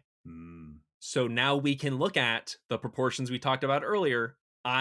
Pupil size, your aperture, which is what you'll often see it called, size versus retina size. And if you've got a big pupil, small retina, that's nocturnal. This has been looked at for many groups, but quite famously, dinosaurs have been Mhm. looked at. One study that looked at 33 different species where they had sclerotic rings available of dinosaurs and some pterosaurs found that they had a wide diversity of eye specialities. The sclerotic rings ranged in size from not quite 10 millimeters to 92 millimeters in Pterodactylus and Saurolophus, respectively. They noted that that makes the latter twice as big as our modern emus' sclerotic rings, but still much smaller than ichthyosaurs, which had massive eyes. Ichthyosaurs are episode 116, the dolphin shaped aquatic marine reptiles, where some, like Ophthalmosaurus, whose name means eye reptile, like it's Yep. named for its eye, just these giant eyes with sclerotic rings, which is Mhm. very cool to know. And harkens back to what we mentioned earlier that a lot of ocean animals have very nocturnal eyed features because the ocean is quite dark. Yes, and those ichthyosaurs specifically are hypothesized to have been divers, diving Yes. deep down and potentially hunting in the darkness. Yes. And this is one of those where you get that blurriness that always comes up with terms. Were they diving during the day? Maybe, but it doesn't matter down there. So they Right. still need to be shaped like a nocturnal animal, at least in the eyeball. So you get that mixture of situations. For the groups they looked at, they found 9 of the species were scotopic, nocturnal, 8 were photopic, diurnal, and 2 were a bit more ambiguous, probably mesopic or crepuscular or maybe nocturnal. And there are some fun patterns. The first lack of pattern is no phylogenetic pattern. Right. It's not like this family of dinosaurs were Yes. all nighttime or all daytime. It seems like it was much more lifestyle that led Okay. to the differentiation. Which is broadly consistent with what we see today. Yes, it is. And they noted that this also means that they were likely doing similar niche partitioning of sharing the same space at different times as we see in today's environments. And the patterns don't stop there. Predominantly of the diurnal ones were flyers. Sure, pterosaurs Yep. and things like that make sense. Yep. Avian dinosaurs, Archaeopteryx. Once again, if I were gonna fly, Mm-hmm. I would do it in the daytime. Yes. Yeah. Absolutely, that makes a lot of intuitive sense. So a lot of the pterosaurs, Archaeopteryx, all seem to be diurnal. There were some nocturnal members. Some of the pterosaurs, Rhamphorhynchus, seems like it was likely nocturnal, which they noted is a fish eater, so it might have been kind of like nocturnal seabirds today. Interesting. Or at least low light adapted.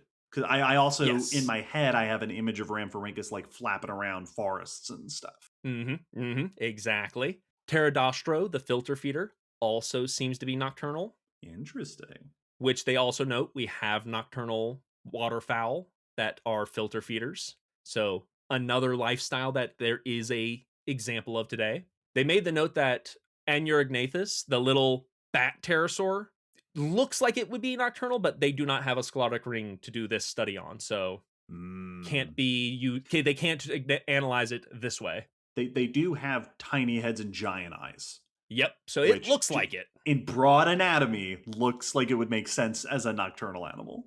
They found that most large herbivores were cathemeral, so active whenever. All the ones they looked at seemed to have adaptations for general light levels, so not a speciality for one or the other. There were a couple of exceptions, specifically an ornithischian Agilosaurus, which is a tiny herbivore, the smallest they looked at. It seems to be specifically diurnal, and Ornithomimus, which seemed like it might be nocturnal. Interesting. Hmm. They also noted that their study looked at Protoceratops, which traditionally has been thought to be maybe nocturnal because it has unusually large eyes, but theirs placed as more crepuscular or cathemeral, somewhere more in that category. Interesting. The big eyes were just to be cute. Yep, yep. And this is similar to what we've mentioned earlier for thermoregulation.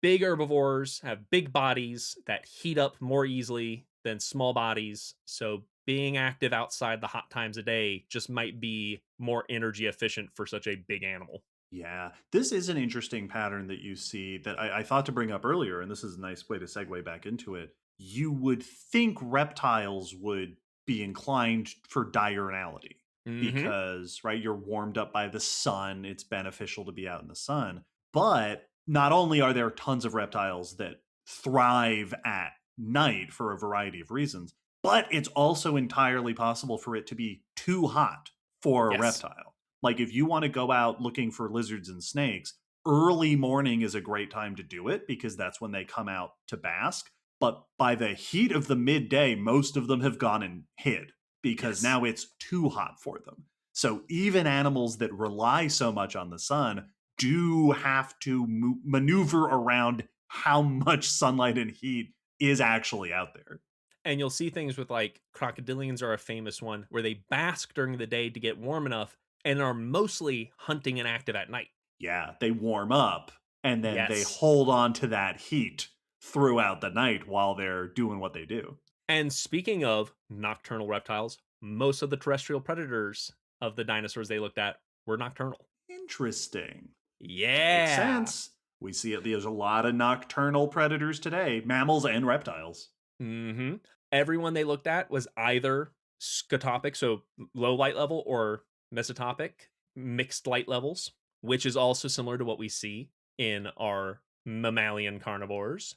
This also matches up with some other studies that looked at Conchoraptor, which is a small theropod. That brain case looked like it suggested it might be nocturnal. There have been previous suggestions that looking at eye size thought there might be niche partitioning for large and small theropod predator dinosaurs, with smaller ones being nocturnal and the big theropods being diurnal. But they noted that they at least were not they were able to confirm that many of the small predators were nocturnal, but this study was not able to confirm big predators were diurnal. So Okay. those were not available yet for this study. So hopefully there'll be future ones. And they noted that this means we can make some interesting predator prey inferences. Velociraptor, Mongoliensis, the famous one, was nocturnal, according to this study. Hmm. But most of the herbivores in its assemblage, the fossil sites it's found in, are mesopic, so crepuscular or cathemeral. And Protoceratops falls in that group, which means the famous fighting fossils of Velociraptor and Protoceratops in combat likely happened at dawn or dusk when they would Yeah. overlap. Very cool. It's also notable that these nocturnal habits seem to have evolved later in the Mesozoic in theropods, which means that they would be syncing up with the evolution of early mammals and could be one of the reasons some of these predators were starting to become more active at night if there were Yeah. false, fuzzy, bite sized creatures to eat at night. All that being said, this is not a guarantee because we're still dealing with bony remains and they are not as reliable as the soft tissue ones. And there was at least one study that looked at lizards, modern lizards, who also have sclerotic rings, and tested to see can we identify just off of the bone whether these lizards that we know are nocturnal or diurnal. And they found that they could not reliably. Mm. Now, this could be for a couple reasons. What they found is that there was significant overlap in scotopic and photopic features to the eyes. So, light, dark, and light features, with every potentially nocturnal eye that they found falling within the range of diurnal eye features in the lizards. So, there was not a clear distinction. They said it might be possible to exclude that a lizard was nocturnal but not to confirm it was nocturnal. Yeah.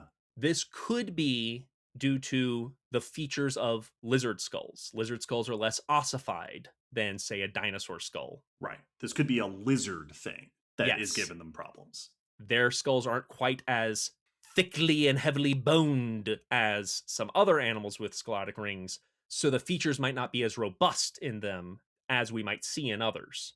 So it does not mean that this is an unreliable tool, but they said we should caution when using this Yeah. to identify nocturnality in fossil groups. Makes sense. Well, and I think it's really helpful that you introduced those terms early on scotopic being adapted Mhm. for low light, because that, if this is a reliable method and you can determine the structure of the eye in these fossil animals, what you're interpreting is that they're scotopic, not that they're nocturnal, Exactly. right? Like the example of the ichthyosaurs, right? Mhm. That appears to be clearly adapted for low light, but whether they're nocturnal or not is nearly impossible to say. Exactly. Similarly with the dinosaurs, so yeah, were you hunting in a forest? Is that why Yes. you have these low light adaptations? There's a lot of factors. There's a lot of Yep. variables to consider. One of my favorite ones that the dinosaur study mentioned is they also looked at two basal members of saurischians and archosaurs, Euparkeria and Proterosuchus, and found that they were scotopic and mesopic respectively, so low light and mixed light, but that those will likely need further investigation because they are both known from near the polar circle, which means the light levels they're dealing with are weird. Yep. So yeah, if we're looking at polar animals, does that change everything? Because half the year they're in the dark. Yeah. Another thing the lizard study made note of is if you are going to try to use bone measurements, you need the sclerotic ring. Because when they looked at the Yeah. skulls without those eye bones and just the orbit, they couldn't tell at all. There was no discernible Interesting. pattern. So only if you have these very, very delicate, rarely preserved bones can you do these kinds of analyses. So that also limits us. Yeah. I wonder, I would imagine that a similar study has been done on birds, which Hmm. Hmm. also have sclerotic rings and presumably have more dinosaur like skulls than Yes. lizards, being dinosaurs themselves. Yeah, I didn't come across any mentions right away, though there has been lots looking into the proportions of bird eyes, but I didn't see anything mentioned of doing the test on just the bones. Yeah. Do crocs have sclerotic rings? I don't think so. Me neither. Yeah. Because, like, snakes don't Hmm. generally have sclerotic rings either. Yeah. Also, crocs I feel like would not be helpful No. because there's not nearly enough diversity in their habits. Yeah. Yep. No, they're very specific. Though they do have tapetum lucidum, so they have eye shine. That's one of the best ways to go looking Yeah. for crocs at night. Look for the dewdrops. Yes, yes, just big old dewdrops out on the bayou. Another group that I found that this sort of analysis was done with were synapsids, so the ancestors to mammals, who many of which also had sclerotic rings. Yeah, pre-mammal, this Yeah, lineage had sclerotic rings.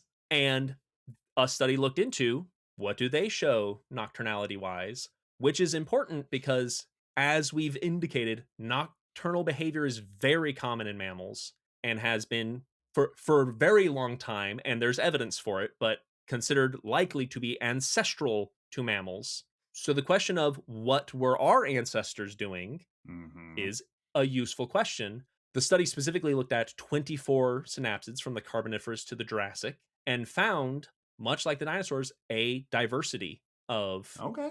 activity patterns with examples of nocturnality as old as the late Carboniferous. Here's why I like that so much, because the late Carboniferous is also when we see the first forests, Yep. which I love that it's ambiguous as far back as it can go.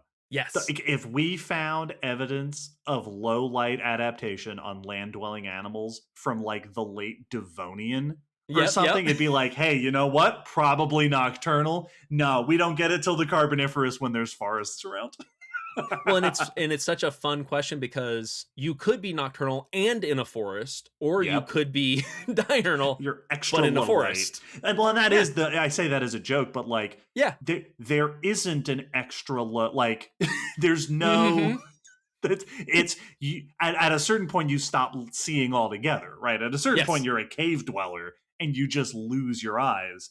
But unless you're at that point, low light is low light, and Yep. you're not really going to distinguish between whether it's a forest or the nighttime. Yeah. So it means that you could be good in both. You could be good in the forest and then come out at night because your eyes work well. Yeah. So we can't always be sure. A couple of the groups they mentioned, once again, carnivores like Sphenacodon and Dimetrodon seem to be nocturnal. Interesting. It's a good time to be a predator. Which also, picturing a Dimetrodon coming at you in the middle of the night, so cool. Yeah. So cool. Please paleo art with them in eye shine. They also noted that the group that includes Dicynodonts, the amnodont herbivores, are mostly diurnal. Interesting. Yes, which is a trend that we also see in our modern predator and prey. Most mammalian carnivores are nocturnal. Most mammalian herbivores are typically diurnal. Yeah. You got to be able to see those plants. Yep.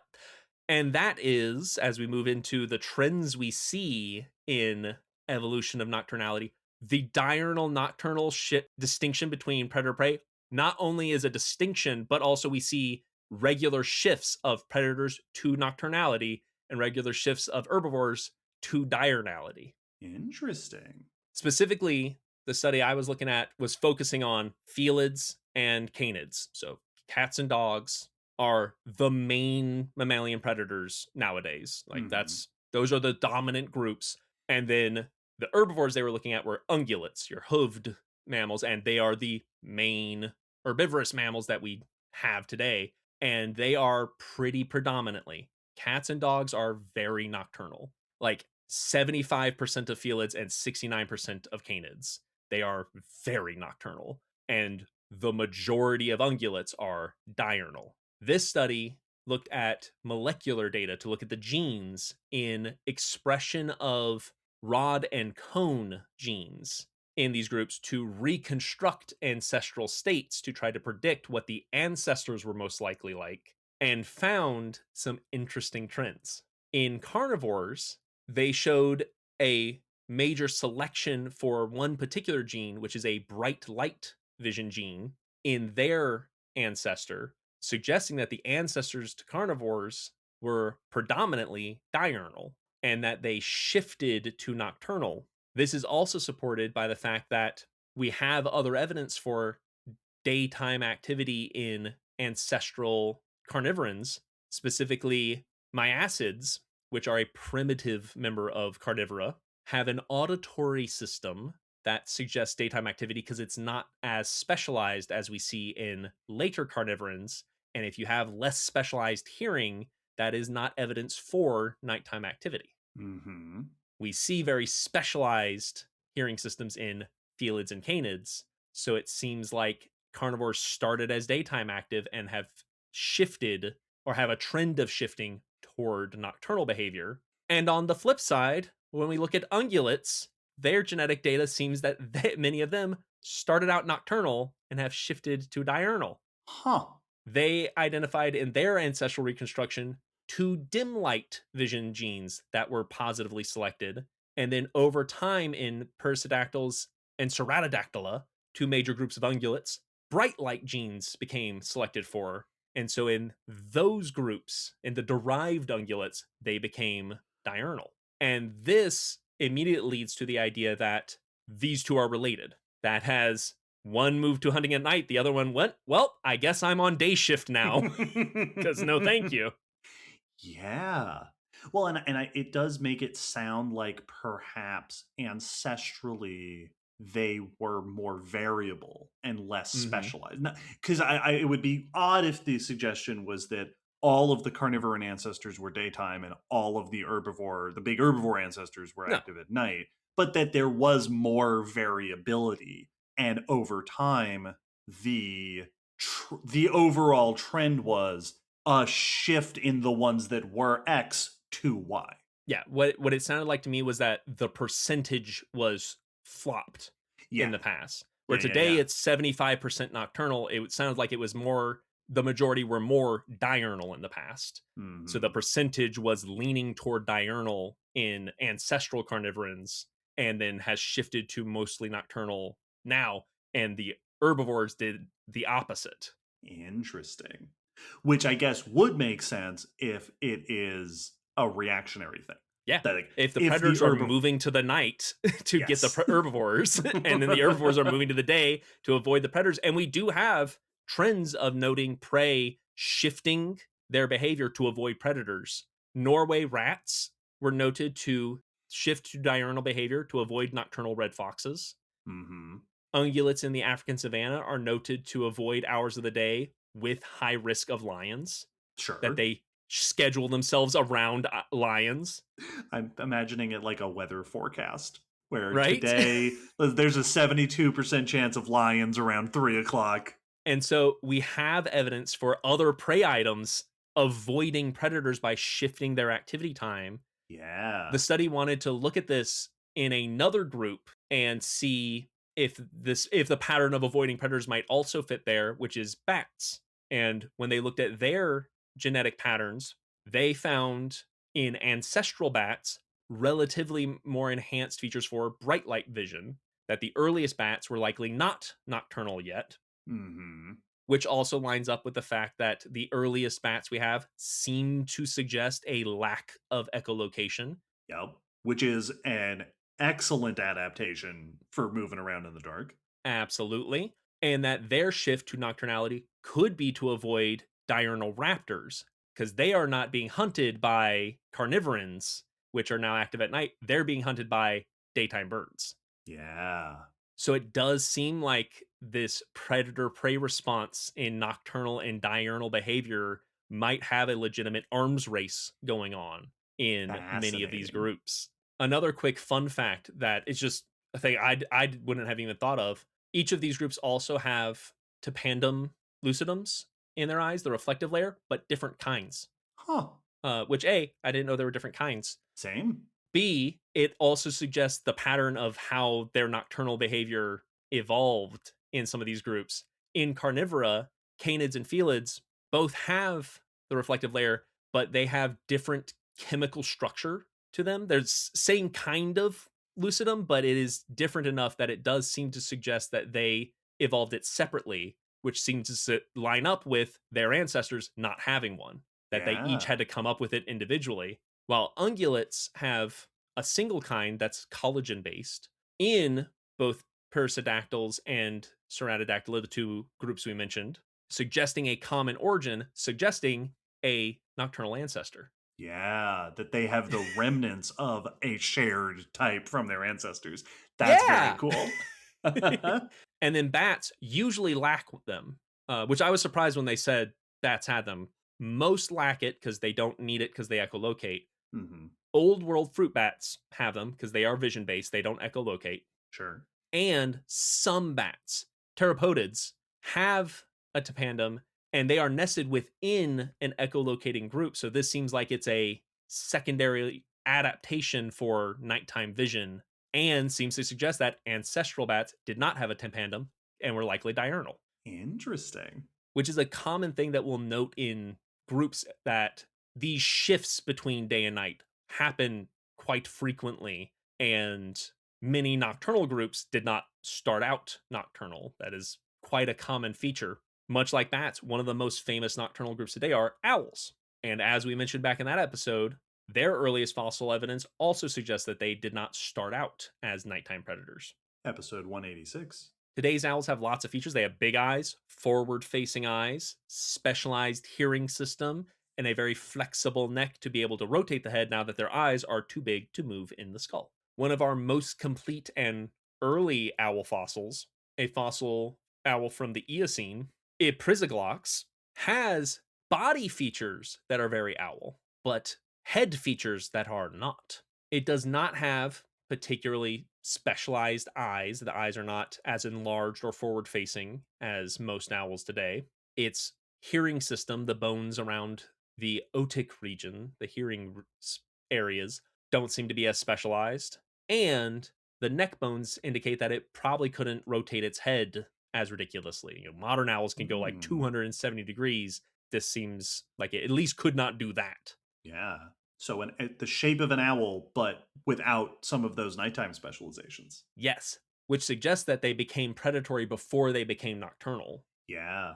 So once And again, a shift towards yes, nocturnality for a predatory group. and in this case, it might have been to avoid competition, like we mentioned earlier, with other predatory birds. Yeah. Though we've also seen the opposite of, there are daytime owls today, Mm-hmm. and they have lost some of the specializations And we do have fossil evidence. There was a Miocene owl from China within the clade Cerniani, which includes most of the diurnal and crepuscular owls today. And they were able to see features of that behavior in this group, showing that they had shifted to diurnal by at least the Miocene. And speaking of shifts that have interesting effects, there was one example of a gecko in the group Aristologer, which is a nocturnal group, but they are embedded, they are within an overall group of diurnal geckos. Okay. And when we look at their eyes, they still have some of the diurnal features, specifically pits on the retina called foveae, which are features of daytime eyes. I only saw them mentioned in this paper, so I don't know if they're common Mm. among other daytime animals or if it's a gecko thing, but it helps with visual acuity, so detailed vision. And they still had them. These And so nocturnal geckos still had this feature left over from their daytime ancestors. this is the deal activity version of how giant pandas still have, Yes, a lot of the teeth and digestive system of a carnivorous animal because that was their ancestry. absolutely. And it can give us hints, like it suggests that that means they probably didn't shift to nocturnality very long ago. They Yeah. still retain some key features for daytime vision. That's very cool. And it makes a lot of sense to think that this is something that goes back and forth Hmm. because this doesn't seem like a particularly difficult thing to change. No, Right, like we were saying, it's something that we see changing in response to changing climates or light pollution, that the behavior is relatively easy to change and then the adaptations are going to follow off of that. So precisely. I wouldn't be surprised if these trends show up in tons of animals. Like if you pick any particular group on the planet and you have the right evidence, you could go, yeah, and here's where this lineage shifted from daytime to nighttime or nighttime to daytime. Well, and it's like many other behaviors we talk about, almost every group you can think of has a nocturnal member Yeah. because it's one of those where if everyone else is being busy and hustle and bustle during that time, I'm just gonna shift over here and take advantage of everyone being asleep. Well, and night and day, we talked much earlier about the costs and benefits, right? The various dangers and pros and cons. But even with all those in mind, night and daytime aren't that different. No. It's not like one of them is deadly for the most part. Again, outside of certain types of habitats where it can be. But for the most part, if especially if you live in like a temperate region, night and day, the light is really the main difference. And so Yes. if you can overcome that, which isn't terribly difficult because we all have many senses to work with, then it might not be as big a deal to make that shift. Yes. And as you mentioned, all you're doing is just changing the proportions of the eye for the most part. There are other adaptations, neurological and rod and cone ones, but the physics of seeing at night are the same as the physics of seeing during the day, just less info, less Hmm. photons. But the eye's doing the same job it does during the day. So you're not needing a new kind of eye, just an updated eye. Yeah. Also, some nights there's a full moon Yeah. and you just see anyway. Mm-hmm. Mm-hmm. So it's pretty intuitive to imagine that, like, for any various group of animals, being active at day or night was the beneficial thing for a while. And Yes. then when that circumstance changed, it wasn't all that big a deal to make the shift. Absolutely. We have lots of examples where a group started out in one behavior and shifted to the other, and we can see remnants and we Hmm. can see indicators of that past, even if majority of them now are or aren't living the way they were. One of the most famous examples of that is mammals. Yeah. We've been mentioning throughout this episode that mammals are heavily nocturnal. Up to and maybe over half of mammals, at least land mammals, are nocturnal, and predatory mammals are heavily nocturnal. And when we look at the features within mammals, there's even more signs of nocturnality even among diurnal mammals. One of the first interesting versions of this that I came across is that we've been talking about how the proportions of eyes can indicate whether you're diurnal or nocturnal or even crepuscular Mhm. very reliably. And this is true for many vertebrates, the amniotes specifically. Birds and reptiles, their eyes tell you what they're doing really clearly. Mammals don't. Mm. If you look at the proportion of mammal eyes, now different studies have found different things. There have been some that's it said we can tell, but I found multiple studies saying some people say that, and we're here to tell you that they're wrong. like one paper was literally saying, here's what they said. Yeah, so and so et al. Said Yep. this, and they're full of it. Yep. Most studies that have looked at the proportions of mammal eyes have found that you cannot tell what the behavior of that mammal is based off of the eye shape, that there is complete overlap between nocturnal and diurnal species in many cases. Interesting. And that diurnal and cathemeral mammals' eye shapes are more similar to nocturnal birds and lizards than any other eyes. Very interesting. Yeah. The only members they noted that consistently diverge from this pattern is anthropoid apes. I was going to say it's primates, right? It's somewhere in primates. We have diurnal eyes. And in fact, our eyes are the only mammal eyes that are consistently convergent with diurnal birds and reptiles. Interesting. Which is very interesting because there is another feature of the eyes in primates that is convergent with the eyes of birds and reptiles, which is color vision. Yep, that we have enhanced color vision as far as mammals go, but we still have diminished color vision when compared to birds and reptiles very often. Yes, yeah, most mammals, you know, to keep it simple, most mammals have two types of cones in the eyes, detecting two parts of the visible spectrum. Humans and other primates tend to have three types of cones. In some of us, those cones work better than others. And yeah, that's Will. I'm talking about Will. But birds and reptiles, by default, tend to have four types of cones, which is also true of like fish and amphibians and even insects. Yeah, that's the default. Mammals are noticeably lacking in the diversity of color sensing cells in the eyes. All of this combination of features in mammals that seem to indicate we are built for the night, even though a whole bunch of mammals are diurnal and active during bright times, led to a very famous hypothesis called the nocturnal bottleneck hypothesis. This was proposed initially back in 1942 by a scientist named Walls that noted these features and suggested the idea that perhaps mammals early in our evolution, our ancestry, went through a long period of nocturnality, a long period where the majority of mammals were nocturnal. Not every mammal necessarily, just like we've talked about with every group today, but that the default was nocturnal, and that those features built up over that long period to where we still see the remnants in modern diversity of mammals today.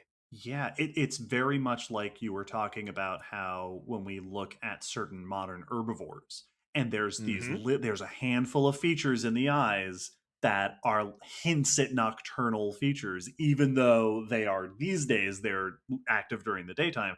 It's that, but for all mammals. That across all mammals, even the most daytime adapted, there are these lingering features that seem to hint at a nocturnal ancestry. And the list of features is ridiculous.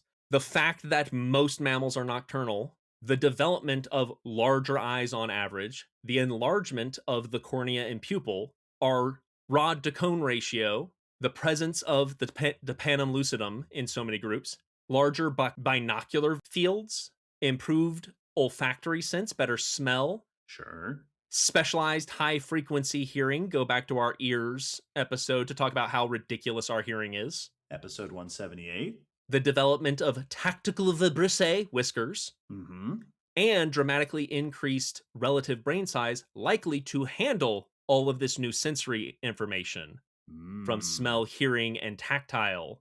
The features of mammals, if you gave them to an alien, would assume we were active at night. This is also in addition to things we are lacking. Mammals are lacking a number of features. We talked about our color vision being diminished, even for our eyes, which are the best color seeing eyes among mammals. Mm-hmm. We also have lost things like the number of genes for cones in general is reduced in mammals. And this is one that I wouldn't have thought of, we lack a lot of UV protection in our eyes that other animals have. Yes, I have heard. Actually, I'm pretty sure I've heard that for snakes, because snakes also have an interesting ancestry of loss of like vision genes, which has factored into the whole debate about whether they started as burrowing animals. Yes, absolutely. Yeah, if you're active during the day, you have to put up with the sun, which is the worst. Which is a deadly laser. And that deadly laser is UV radiation. So you need to protect yourself from that. Now, we've talked about that with like melanin, skin coloration that helps protect. But also, if you're taking in light through the eyes, some of that light's going to be UV, and that'll do damage. It'll do damage to the retina. It'll do damage to your genes. This is why you don't stare at the sun. Please don't. Many animals have proteins, photolases, that repair UV damage to DNA. This is not shown in eutherian mammals, and it was likely lost somewhere after the split of marsupials and eutherian mammals because it's absent in things like us and mice and other mammals like that, but it is active in at least the marsupial rat. Interesting. And when they've put like cloned versions of these proteins into non-marsupial mammals, they've noted a resistance to UV damage. So they still work in other mammals, but our bodies just aren't making them. We don't have that gene no more. And our eye lenses are especially permeable to UV. We let UV in through our lens more than other animals' lenses. Huh. Some of us. Yeah. Yep. I don't. Nope. Nope, you sure don't. You cut out the middleman. in some ways I let in the most yes. UV. Yes, absolutely. Does it block any? We can't have that. Will and I both have weird eye stuff.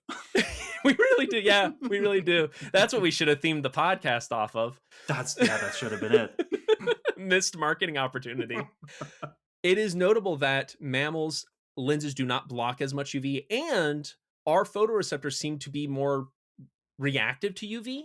So there seems to be a weird setup where if we were nocturnal, we wouldn't need to block it. So that makes sense for our lens. But then why would our receptors be sensitive when there's not enough UV at night to be detecting? So this might indicate a less strictly nocturnal aspect to ancestry. Maybe we were a bit more crepuscular. Maybe we were coming out in the daytime sometimes. So we needed to be UV sensitive still, but not as much as a diurnal group. So we didn't need the protection.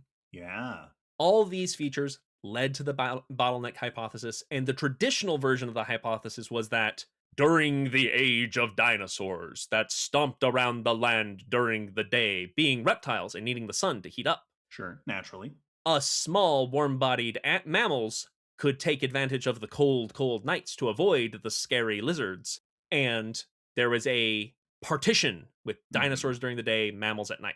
While it does seem that the nocturnal period in our ancestry does have a lot of evidence for it, this dynamic is not a good representation. As we've already mentioned this episode, we already talked about nocturnal predatory dinosaurs that seemed to become nocturnal at the time mammals would have been going nocturnal. Yes. So if it was to avoid predatory dinosaurs, you weren't avoiding all of them. Yes. It might have allowed you to avoid some of the predatory dinosaurs. Yes.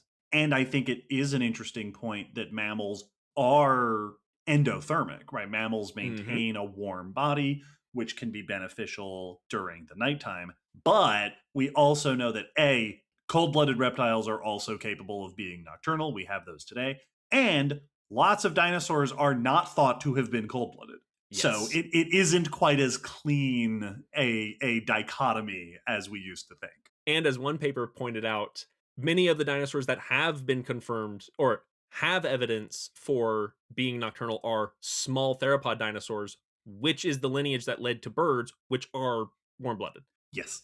So the dynamic was not as cut and dry as the traditional view of this was, but it does seem that our ancestors thrived at night And then when they diversified after the Mesozoic, they were stuck with nighttime goggles Yep. and had to make do with this to move into the day. So we still see a whole bunch of things. The world is not as colorful to us because our ancestors were night owls. Yeah. It is a really fast because this is a really prominent example of something we talk about all the time, which is that every organism's body holds right. The structure of any organism's body is a combination of what adaptations are beneficial to right, the lifestyle it lives and the adaptations that are beneficial, and its ancestry. Yep. This comes up. This is the whole cornerstone of spooky, right? Is Yes. what adaptations did you need for your environment and where did you come from? And you see it in like flightless birds, which have all of these specialized flying features despite not flying anymore. We see it in aquatic tetrapods, right? Whales and dolphins, and where you have all of these land adaptations that you're not Mhm. using anymore because now you're in the water, but you weren't able to get rid of all of them. So now you have a blowhole because you need it. You need to be able to breathe air. All of mammals seem to share this ancestral trait that at one point for a long time being active at low light conditions seems to have been the norm. Yeah. It's a very cool concept, I think, because mammals are so much the default nowadays. That is what we think of as the dominant form of life on land. So I think it can be shocking to find out that we are working with not a handicap per se, but that we are working with a specialized toolkit to try to dominate the world, to try to live in every environment and be as diverse. We had to start with what we were ancestrally, and what we were ancestrally was less diverse and more specialized than Mm-hmm. we are today. So, and this would, we also see this in the dinosaurs, who have many features from their ancestors that they had to make do with to become the most prominent group of land life at that time. Yeah. And We're this is one of our big ones. we're just a bunch of strange, fuzzy nocturnal fish. And that's what I've been saying the whole time. This is why making me get up at before 8 in the morning is In really conclusion, insulting to my ancestors. the official stance of the Common Descent podcast is that school should start at least 3 hours later. Absolutely. Minimum.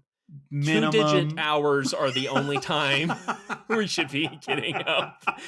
Unless you've rolled back around to one digit.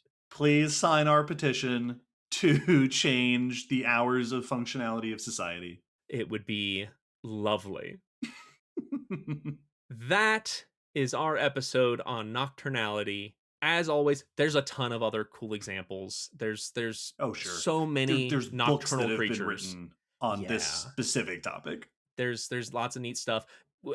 I skipped one section just so that we don't go long, but like pigment is also nocturnal animals. Many of them often tend to be paler and less pigmented, Yep. and so you get things like ants that are nocturnal tend to be paler than diurnal ants. Yep. Yeah. We barely mentioned echolocation. Yeah, no, But yeah, because there's a lot of other pieces. there's so much to talk about. If we skipped your favorite example or your favorite nocturnal creature, let us know. Go into Discord, get into our comments, tell us what your favorite nighttime critter or nighttime feature of life is. If there's something you want to hear us talk about, send us requests. You can put that in on the website. What are some cool examples we didn't get to? Before we wrap up, we have one last section, which is our patron question. If you sign up on Patreon at certain levels, you can submit questions to us, which we will answer here on the podcast. And we like to do that every episode. So, what's our patron question, David? This episode's question comes from Zelfia, who asks, "You've mentioned in a couple different episodes how destructive house cats are when they escape into surrounding environments.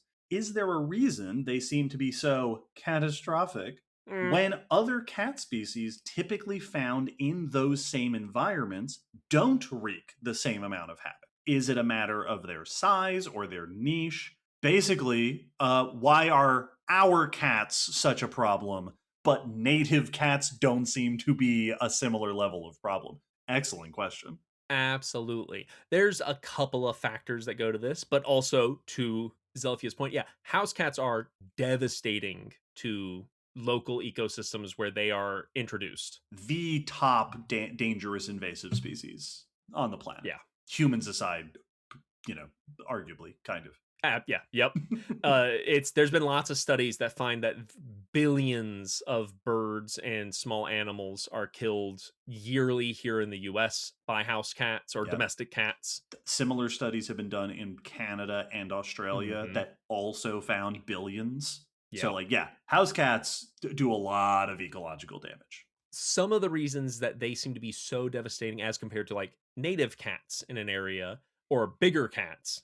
Right. Bobcats, Mhm. lynxes, pumas, the felids that naturally live in these environments. One is just the invasive factor. The typical issue with an invasive species isn't that they are somehow extra special good at killing, but that the things they're killing aren't ready for them, aren't ready for this new predator. It's very much like when in a sport or something, someone comes up with a new technique or a new strategy and sweeps the competition because no one else knows how to respond to it. Once they know how to respond, it's fine, but that takes evolutionary time in an environment. And in that time, this new predator can just devour and destroy many species. Cats have been noted to be the cause of extinction of species by themselves. Yes. Especially like birds on islands. Yep. Yep. The other reason that I think it is notable with our cats is we're helping them. Uh, Yes. there's a lot of cats on our planet because of us. The Wikipedia says about 700 million cats in the world, and about 480 million are feral. Yeah. So, Well, like, we're bringing them around, but we're also sustaining them. yeah, So, like, in a bobcat that can't catch as much food doesn't survive, nope. right? But a house cat that only manages to get a bird a week can still go into a neighborhood and get fed. Yes, Right. exactly. Can find the nice neighbor that puts out some food. Yeah. So even the least skilled house cats are still around and able to contribute to this problem. And the problem is hundreds of millions strong.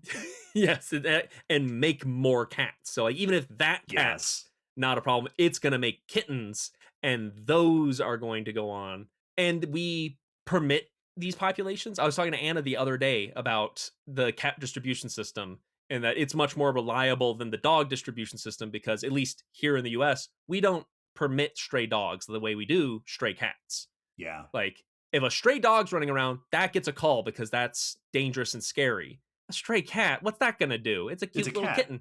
That's where cats So belong. we just don't even notice them. We don't try to eradicate them. We don't. We just they're part of our environment in developed and human ecosystems. So they just persist. We have whole populations of feral and stray cats just living in between human society and wild society and wildlife.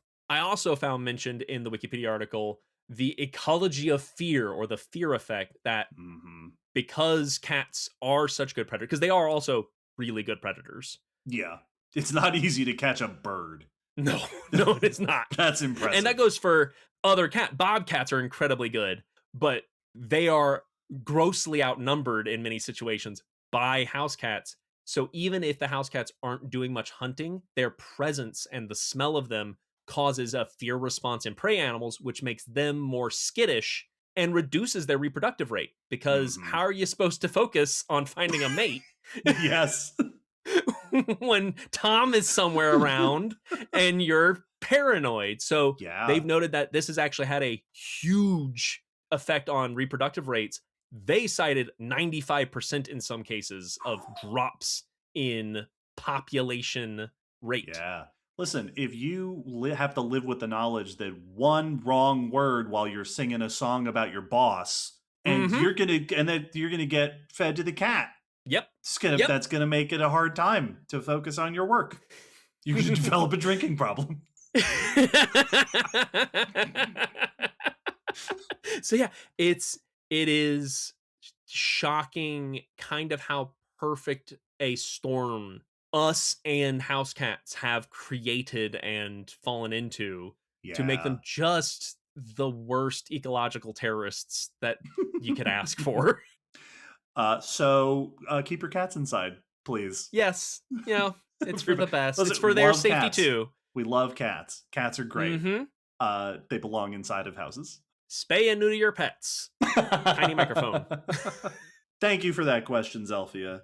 And with that, we will wrap up this episode. I felt this was a very fitting end with discussing our own little, arguably our favorite nocturnal creatures, considering how many of them we've let rule the world. If you liked this episode, we talked about similar things in a ton of other episodes. Here's a maybe new section that it took 239 episodes to think of, but we mentioned owls a bunch, which was episode 186, bats, episode 59, the deep sea, and caves, 2 other episodes where we talk a bunch about low light environments, episode 128 and episode 112. Eyes, evolution of eyes was episode 68. So there's a bunch. There you go. You can throw some out. Maybe we'll do this at the end of the episodes and we'll just throw out some other episodes and then list off the numbers. Yeah, we also did hearing and stuff, which keys into mammals because our hearing's ridiculous. Yes, episode 178 for ears, episode 130 for smell. Yup. I like this. This is fun.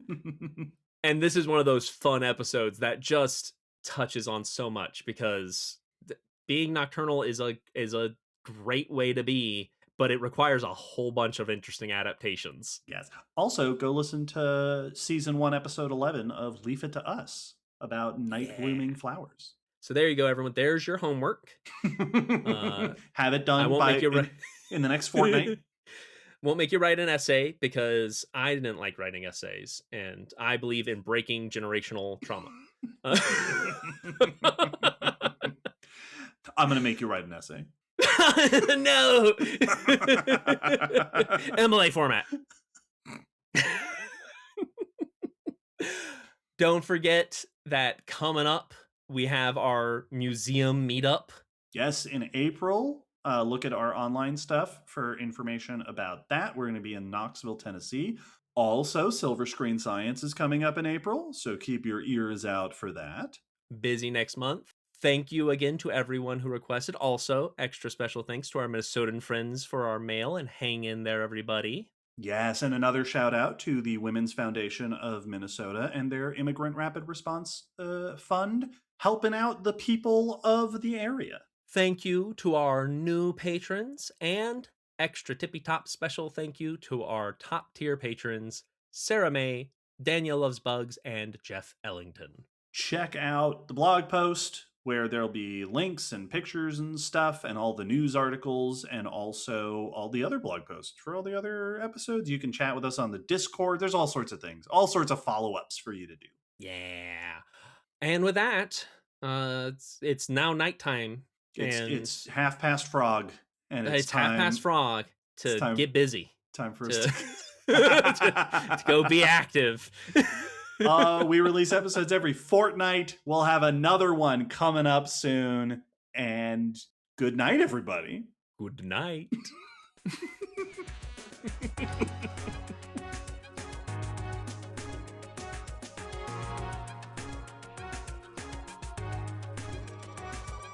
Thanks for listening to the Common Descent podcast.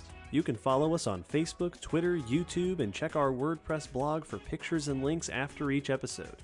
Huge thanks to our patrons whose support helps keep this podcast running and who get access to bonus goodies on Patreon. The song you're hearing is called On the Origin of Species by Protodome, which we found at ocremix.org. Thanks again for listening. We hope you'll join us next time.